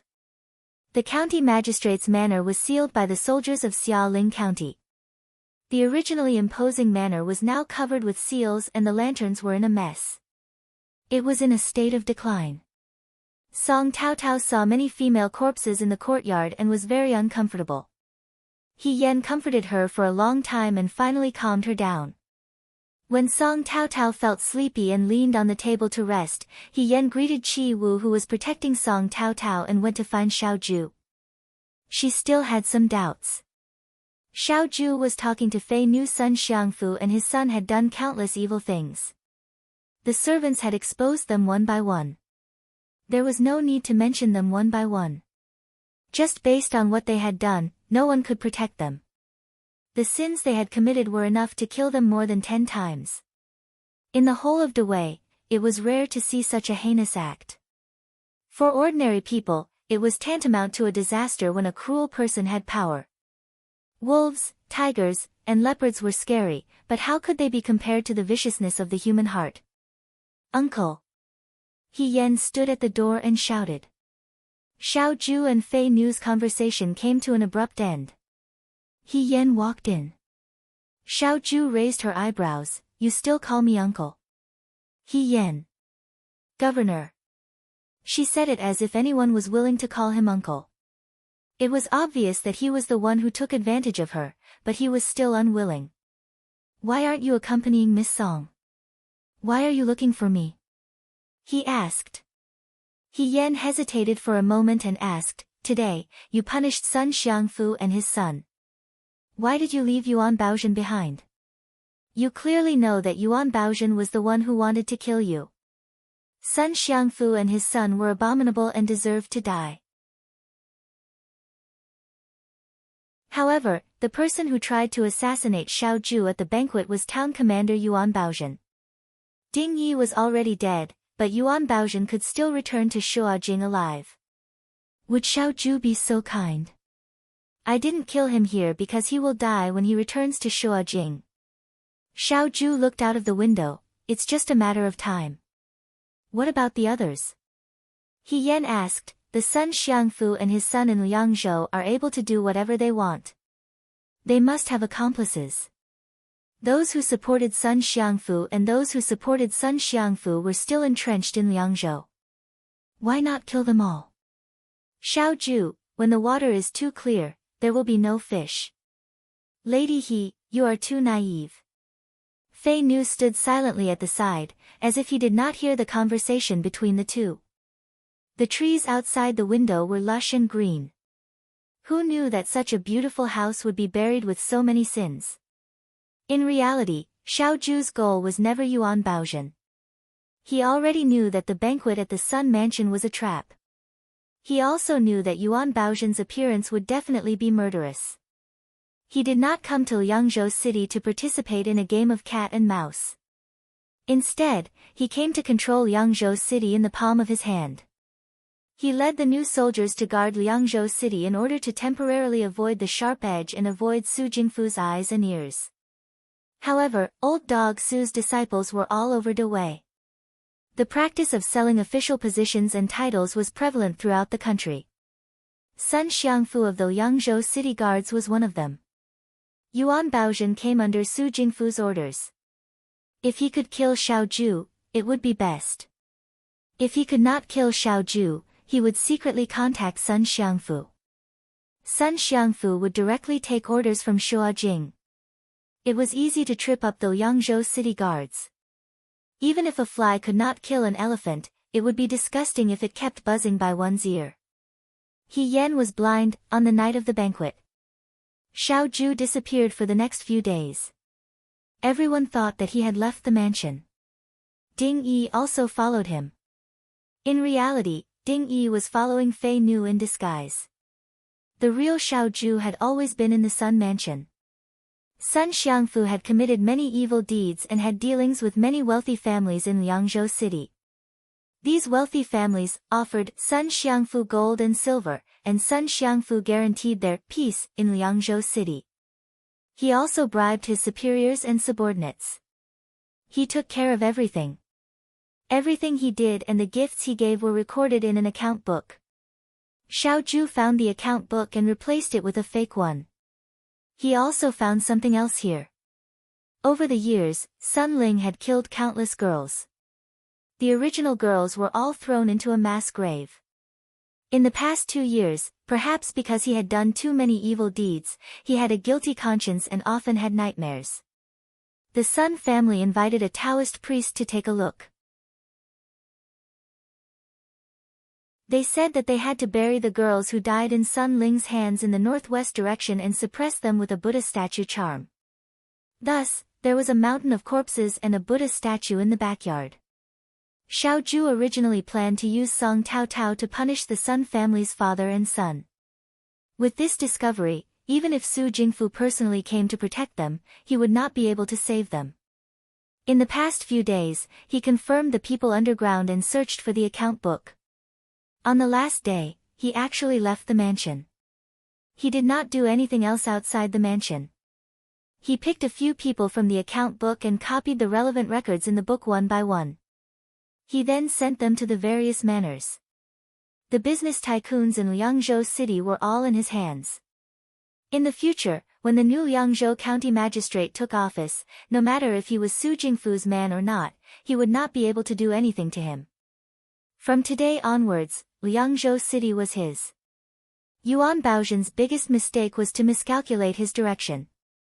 Xiao Zhu did not care about the assassination at the banquet.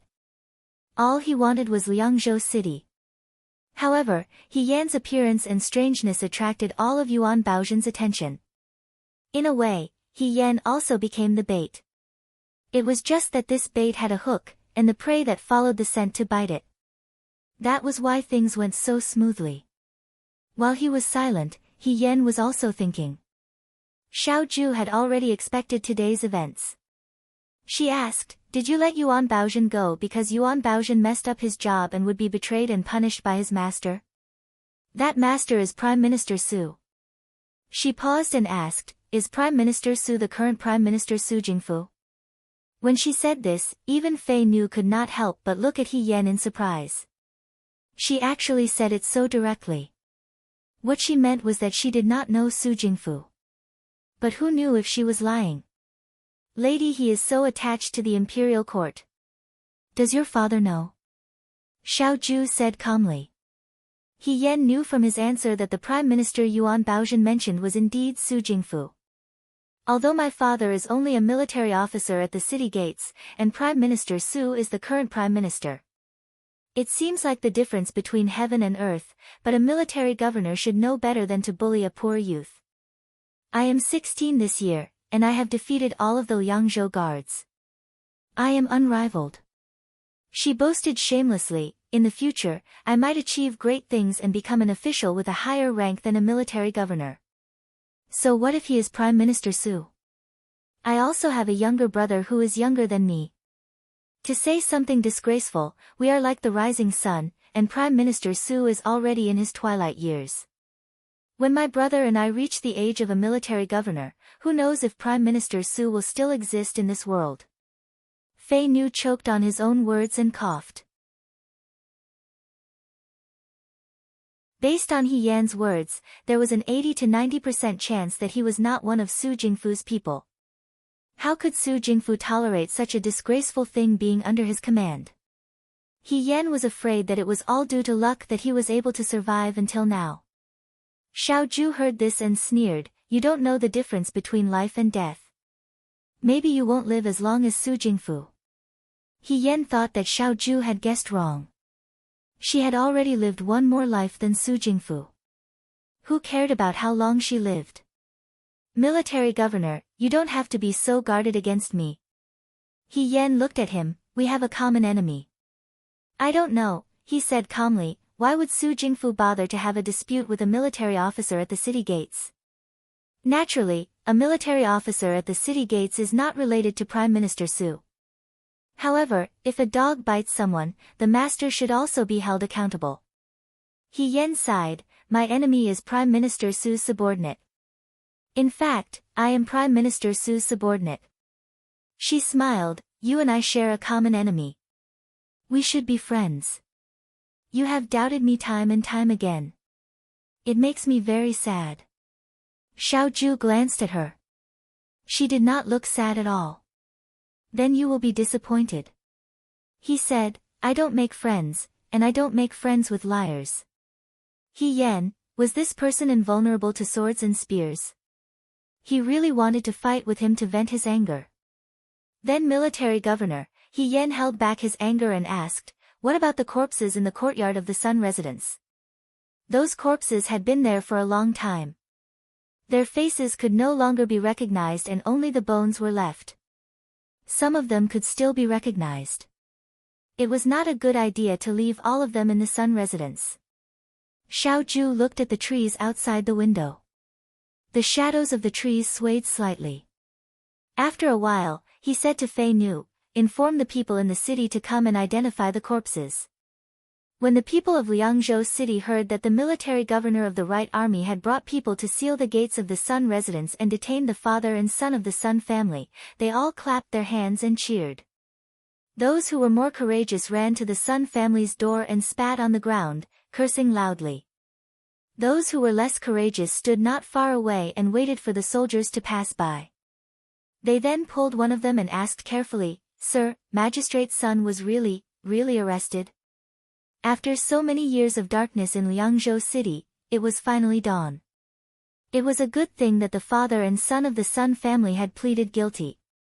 The cries of the magistrate's residence shook the sky. Those who had lost their daughters or knew that their daughters had been kidnapped but could not do anything about it came to identify the corpses. The corpses of the women were laid out in the courtyard. They filled the front and back courtyards. Although it was autumn, there was still a strange smell.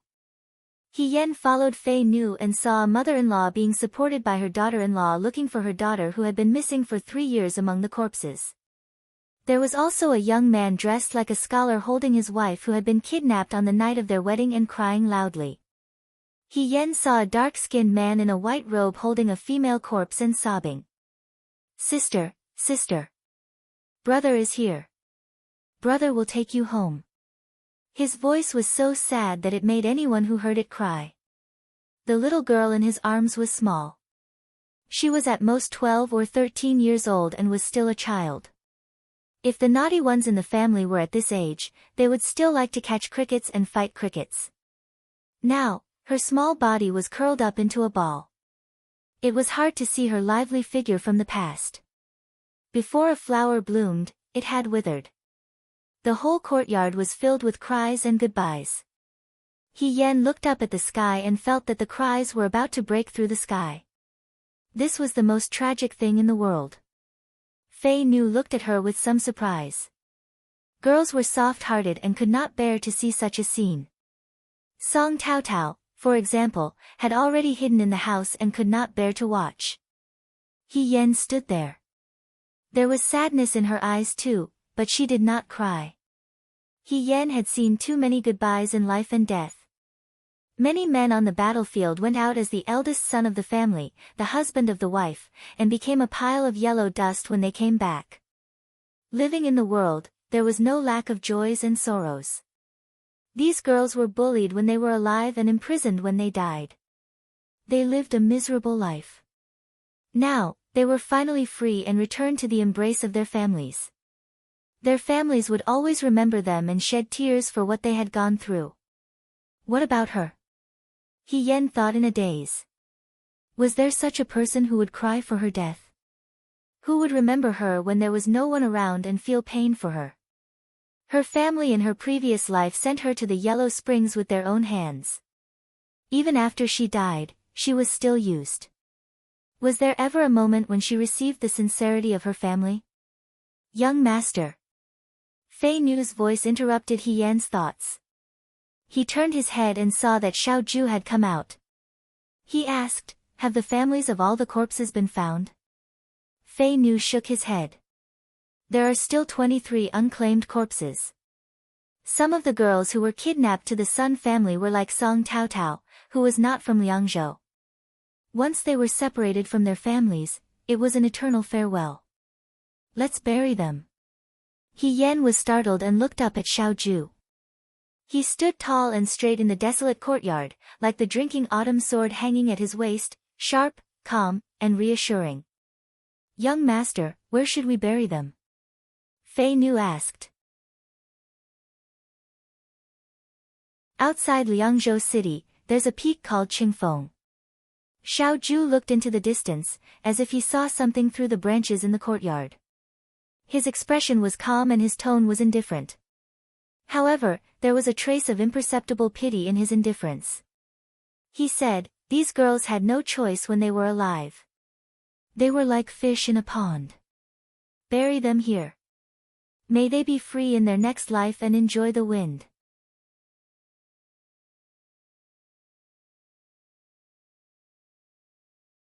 Chapter 103. As Xiao Ju had said, the 23 unclaimed female corpses were buried on the wind-riding platform outside of Liangzhou city. Looking down from the wind-riding platform, the valley was covered by clouds and mist, like a fairyland. The coffins were made of the best quality, made with silver from the Sun family's treasury. The Sun family had amassed a lot of wealth over the years, and they had even renovated a treasury to store their treasures. Because the 23 corpses' names and origins were unknown, there were no words to be carved on the final tombstones. 23 wordless tombstones, 23 young girls laid to rest here. If they knew after death, they could sit here and watch the clouds move. If they were reborn, just as Xiao Ju had said, they could ride the wind freely and roam freely. He Yan and Song Tao Tao stood not far away. Qi Wu stood on the side, looking at the people who were burning paper money on the ground. Xiao Ju did not come when the girls were buried. Many of the people who were burning paper money were looking for the missing girls, but they could not find their loved ones in the end. After all, many of the girls who were killed by Sun Ling did not even have a complete corpse, and were eaten by wolves and dogs in the wild. A white-haired old woman was burning paper money in a metal basin. She was so old that she could barely walk. Her grandson had to carry her up the mountain path. Her granddaughter was kidnapped by Sun Ling 4 years ago and never appeared again. Even now, there was no trace of her granddaughter among the corpses in Sun Ling's courtyard. The old woman trembled and said, "I'm burning paper money for these girls. In the future, if a kind-hearted person sees Daniel, they will burn paper money for Daniel." Miss, rest in peace. Song Tao Tao used a handkerchief to wipe the tears from the corners of her eyes and said, "Being a girl is too hard. If there is a next life, I don't want to be a girl. This has nothing to do with being a girl or not." He Yan looked at the paper money flying in the air. "As a girl, we don't live to suffer. It's the same for men. If they are unhappy with their fate, they can walk a different path. It's just that." She looked at the wordless tombstones. "For them, there is no choice. This is too cruel." Song Tao Tao looked at her. "You are very different from normal men." "What?" If it were an ordinary man, he would probably say, "What's wrong with you women? All you need to do is sit in your room and dress nicely. When it's cold, there will be someone to put on your clothes. When you go in and out, there will be someone to serve you. There's no need for you to fight outside." She imitated the man's rough voice and said disdainfully, "Is it good to be a pet? Locking a bird in a cage and asking the bird to praise the cage for its beauty, I think they are the ones with problems in their brains." He Yan could not help but laugh. "You are also very different from ordinary women." "I'm different. By the way," Song Tao Tao looked at her, "I still don't know your name. You're not Qing Li Su. You're second young master Zhao's subordinate, right?" "My name is He Yan." He Yan said, "He as in firewood, Yan as in clear sea." "So it's big brother He," Song Tao Tao said. "You can call me Tao Tao." "This." He Yan scratched his head. Wasn't this a little too intimate? Although they were all women, if others didn't know and saw it, they would probably start to have wild and fanciful thoughts. "Then it's settled," Song Tao Tao said. "I've already agreed with second young master Xiao that I will temporarily go with you to the Liang province guard. When second young master Zhao's people arrive, he will send someone to send me back to Shuajing. Therefore, in the following days, I may have to stay with you." Song Tao Tao's eyes curved into crescents as she smiled. "I haven't been to the guard station yet." She became happy again and chattered endlessly. "Miss Song," Chi Wu looked into the distance. "It's getting late. This subordinate will send you down the mountain first." "Let's go," He Yan also said. They walked down the mountain with their backs to them. At the steps of the wind-riding platform, there were clusters of white chrysanthemums growing in the grass. When the breeze blew, the chrysanthemums nodded slightly, as if a graceful young girl was thanking them. Not long after, they could no longer see them. After going down the mountain and returning to the inn they were staying at, Song Tao Tao dove into the room to take a bath. She had been busy today and had left quite a bit of ash on her body from burning paper money. She needed to wash it off. Since the Sun residence was sealed, she naturally couldn't go back. Thus, she went back to the inn she came from. The innkeeper knew Xiao Ju's true identity. Now that Sun Xiangfu and his son had become prisoners, he didn't dare to be negligent. The innkeeper was so attentive that he seemed to be a servant of some household. He surrounded He Yan and the others. He Yan said, "It's fine, I can do it myself." She took a handkerchief and went directly into the room. Fei Nu was packing things in the room. When he saw her, he was shocked. He Yan asked, "Brother Fei Nu, what are you doing?" Fei Nu said with a wooden face, "I'm staying with Chi Wu." When they were in the Sun residence, the three of them stayed together. Xiao Ju was in the inner room while Fei Nu and He Yan were outside. Thus, they didn't feel that there was anything wrong. He Yan casually said, "It's so troublesome to move around."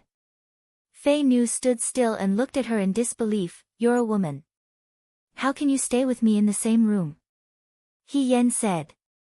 "You don't have to put on an expression like you can't bear to be humiliated." Fei Nu didn't say anything. He quickly packed his things as if she was a scourge. He couldn't avoid her and immediately left. He Yan was the only one left in the room. She was startled for a moment. Then, she shook her head and smiled. In the eyes of Xiao Ju and her servant, her behavior was very unexpected. But in her previous life, she had been in the army for a long time. What was so difficult about living with a man? She was a girl and she didn't feel shy. She didn't know why Fei Nu was acting so awkward. He Yan walked to the bed and found that there was water and clean white cloth on the table. There was also hot water for bathing in the room. It must have been put there by Fei Nu. She still had injuries on her body. This person was like his master. Sometimes he was unreasonable, but sometimes he was quite considerate. There was no one in the room. She sat down and took off her clothes. She took a rough bath. She didn't have time to examine the wounds from yesterday. After she changed the old cloth, she found that the wounds were not shallow. Naturally, it was very painful, but she could endure it. He Yan leaned over and looked at the girl in the mirror. Her originally white skin had a knife wound. It certainly didn't look good. Lady, he cherished her beauty. She wanted to pamper her with nectar. She had just arrived, but she was already unrecognizable. If the real lady he came back and saw this scene, she would be so angry that she fainted. She was already very careful to protect herself, but once she decided to rely on herself to go out and lose the protection of her family, she was bound to get hurt. Humans grew from being hurt again and again, and scars would eventually become armor one day. A female general's body could never be as flawless as an ordinary girl's. The old wounds on her body were like a piece of paper that had been scratched by a strange knife. It couldn't be considered beautiful. It could even be called terrifying. Which girl didn't like to be beautiful? Even though He Yan had been a man for more than 10 years in his previous life, when he changed back into women's clothes and looked at the scars on his back and body, he still felt ashamed when facing Su Zhiheng. She never wore thin gauze clothes. Once, Su Zhiheng gave her a water-lily-colored pomegranate gauze dress. There were pomegranate flowers embroidered on the shoulders and neck. It was as thin as a cicada's wing. She liked it very much. But she never wore it even once. It was because her shoulder was pierced by an enemy arrow on the battlefield. When she pulled the arrow out, it left a scar that could never be removed. She also remembered the look in Su Zhiheng's eyes when he looked at those scars. Although he didn't say anything, he deliberately avoided looking at her. It was more hurtful than directly saying that he didn't like it. He Yan stared at the bronze mirror in a daze. Why were scars a medal on a man, but a disgrace on a woman? How unfair was this? It was only natural for people to think that women used their beauty to serve others, so they had to maintain their beauty at all times. What a load of nonsense. He Yan lowered her head and carefully applied the ointment to the wound. Then, she wrapped the wound with a cloth. She did these things with ease. When it hurt, she didn't even frown. Soon, the wound was healed. After doing all this, she rested in the room for a while. Then, she pushed the door open and went to Xiao Ju's room. The light in the room was on. Xiao Ju should be inside. He Yan knocked on the door. Commander-in-Chief. Come in. She pushed the door open and entered. Second young Master Xiao was putting away the evening fragrance zither on the table. He Yan almost forgot that he had come to Liangzhou city to repair the zither. Speaking of repairing the zither, He Yan remembered that when she was drunk, she crushed his zither. Commander-in-Chief. He Yan braced himself and said, "Have you eaten?" Xiao Ju stopped what she was doing. "If you have something to say, say it. Are we going back to the Imperial Guard station tomorrow?" He Yan asked. "How do you plan to deal with me?" Now that Xiao Ju knew that she was a girl, what if Xiao Ju really wanted to send her back to Shuojing? Now that she finally had some clues about He Rufei, she would rather die than go back. "How do you want me to deal with you?" Second young master Xiao sat down at the table and looked at her calmly. He Yen hurriedly moved a stool to sit beside him and analyzed the situation seriously. You have seen my abilities. This time, when you brought me to Liangzhou, I was the one who warned you about the assassin, and I was also the one who helped you distract Yuan Baozhen. In the end, I killed Ding Yi. If I think about it carefully, I have done more for you than big brother Fei Nu, who was sitting next to them, sneezed. A person like me, as a subordinate, as a confidant, I am good at understanding others. He Yen praised himself without any burden. With me, the Liangzhou Guard will be like a tiger that has grown wings. Commander-in-Chief, I think that if you put me in the 9 Flags Battalion, you will not regret it. Xiao Ju smiled and asked slowly, 9 Flags Battalion. I know that you are a straightforward person, and you must be suspicious of my purpose in joining the 9 Flags Battalion. I will be frank with you, because it takes too long to make a name for yourself. I heard that in the 9 Flags Battalion, even if you are handicapped in the future, you can still become an official. Our He family relies on me to bring honor to our ancestors, and I think that the 9 Flags Battalion is a good place to go. Her words were magnanimous. Xiao Ju picked up the teacup on the table and took a sip. She said calmly, you don't have to wait until the future. I think you are handicapped now. He Yen. What? Could it be that Xiao Ju could tell that she was young Mistress Su and was blind in her previous life? Just as she was feeling nervous, she saw this person point at her own head. He Yen. He was the one with a problem in his head. Why was she scolding him all of a sudden? However, he had no choice but to lower his head. He Yen forced a smile. Commander-in-Chief, don't you think so? Xiao Ju stared at her and sneered. Liar, the 9 Flags Battalion does not accept incompetent people. Incompetent people? Xiao Ju could question her character, but she could not question her ability. He Yen slammed the table. Who are you talking about? Someone like Ding Yi, you were injured when you fought with him. Xiao Ju's mouth twitched. Her beautiful eyes were full of ridicule. If you are not incompetent, then what are you? That was because Lady He's body was weak. Moreover, she had learned her lesson from her previous life. Of course, she had to be careful.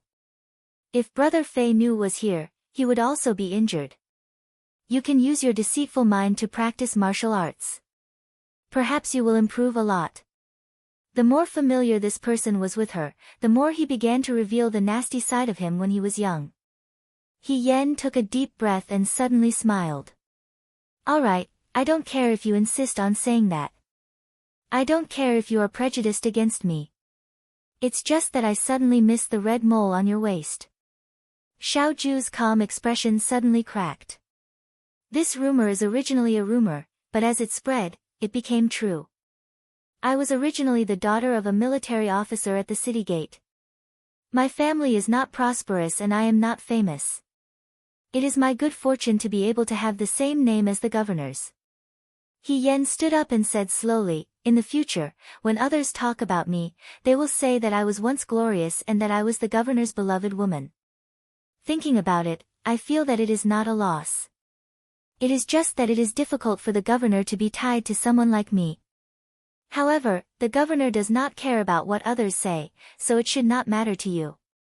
Xiao Ju stared at her. Her gaze was like a knife. She said in a low voice, what beloved woman? He Yen replied with a smile, I am so outstanding that everyone in the Liangzhou Guards knows me. They have always admired me as a rare good man. When they suddenly found out that I am a woman, they would definitely not believe it. They would also wonder why a woman entered the military camp.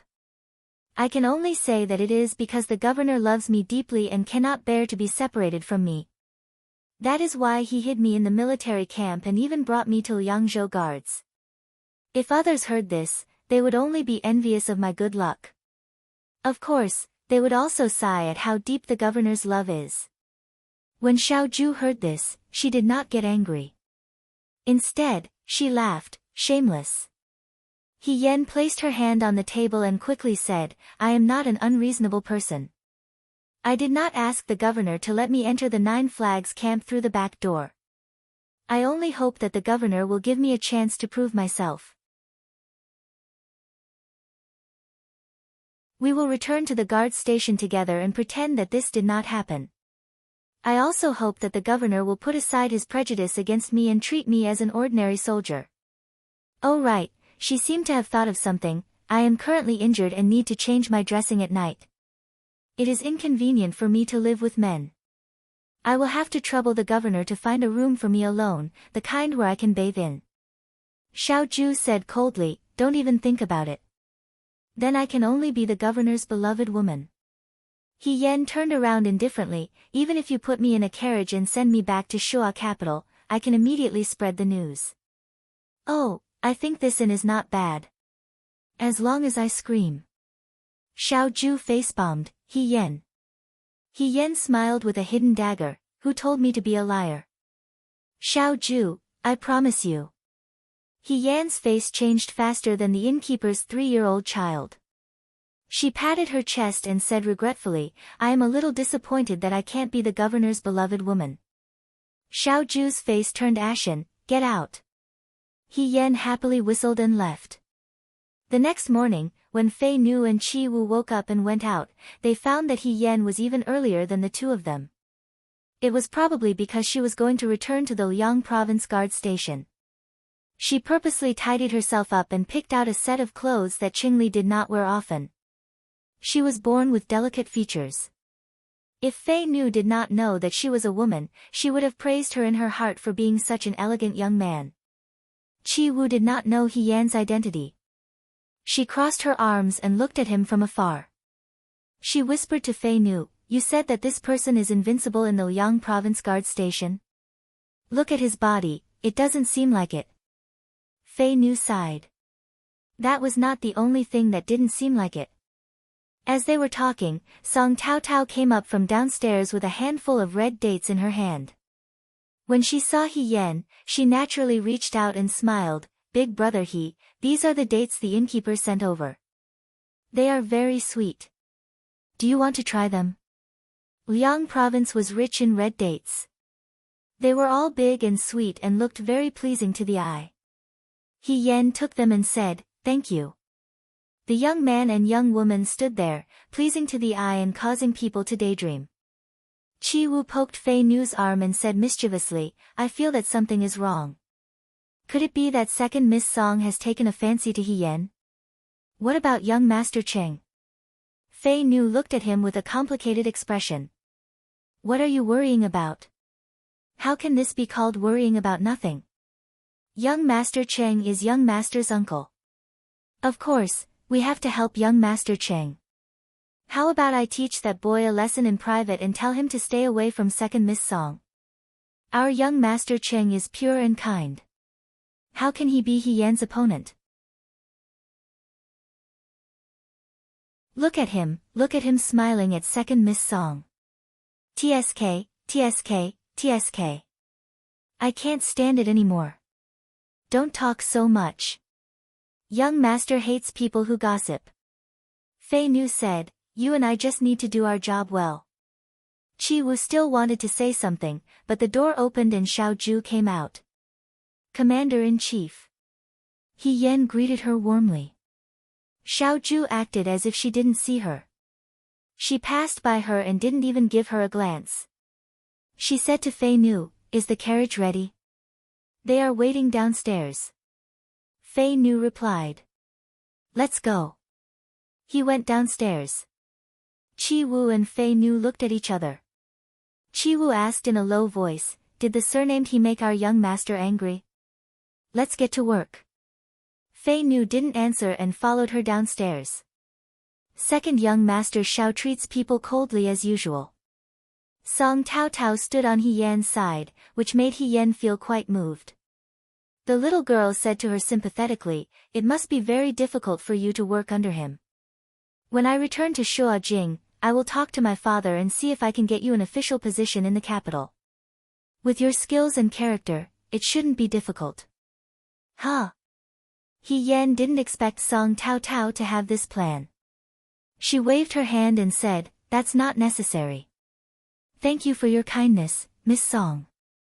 It's just that I am doing well in the Yangzhou Guard. Military Governor Xiao is not an unreasonable person. He is very good. It is my honor to work under him."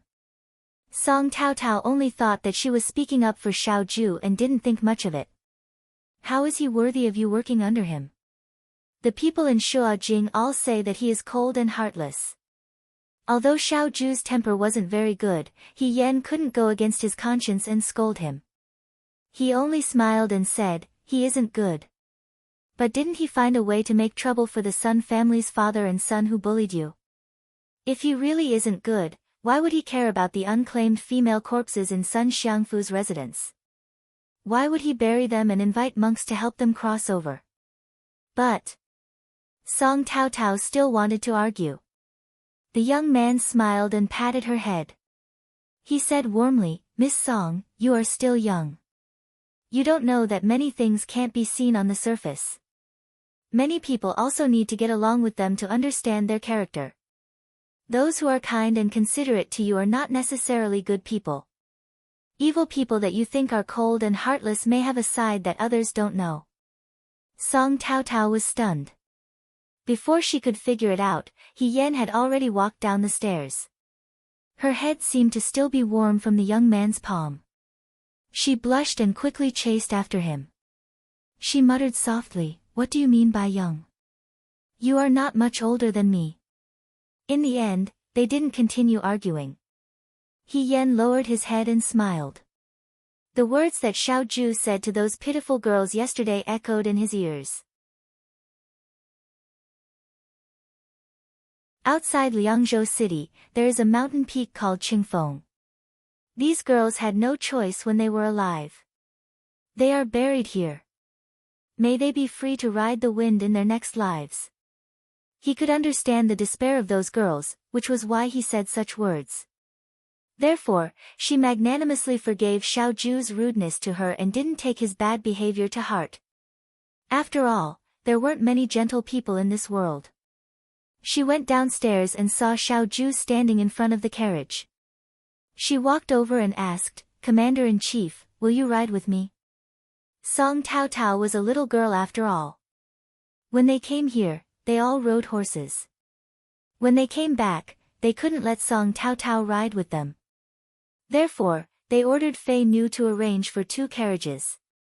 Xiao Ju tilted his head and looked at her. He Yan explained, "I can't sit in the same carriage as Miss Song. We are a single man and a single woman. If others see us, Miss Song's reputation will be tarnished." Xiao Ju asked, So I should sit in the same carriage as Commander-in-Chief?" He Yan said with a smile. He was about to get into the carriage when Xiao Ju grabbed him by the back of his collar and pulled him down. If He Yan didn't grab his sleeve, he would have lost his balance. "You don't think of yourself as a woman, and you don't think of me as a man?" He raised his eyebrows. "Liar, I'm afraid you are too immersed in the act, so I'm reminding you. The mission is over. You don't have to think of yourself as Qing Li Su."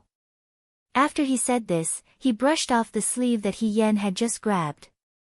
Qi Wu passed by and happened to hear Xiao Ju's last sentence. He immediately grabbed He Yan's clothes and pulled him to the side. That's right. You still think of yourself as young Master Cheng. How can you be so blind? Come here and ride with us." He Yan was just joking. He didn't really want to ride with Xiao Ju. He quickly got on the horse. Fei Nu instructed the coachman, "There are girls in the carriage. Don't ride too fast." He Yan was stunned and couldn't help but laugh. It wasn't that she was thinking too much. It was just that she was injured in the fight with Ding Yi. She couldn't ride too hard. Who knew if this was intentional? She was also a girl. Qi Wu said, "What are you waiting for? Let's go." You're tuning in to the Blissful Bookshelf YouTube channel. We're so grateful for your support, and don't forget to subscribe to join us on this incredible journey through captivating stories. Your generosity through donations truly makes a world of difference, as it's the primary source of revenue that allows me to expand and enhance this channel for you. Thank you from the bottom of my heart for being a part of this adventure.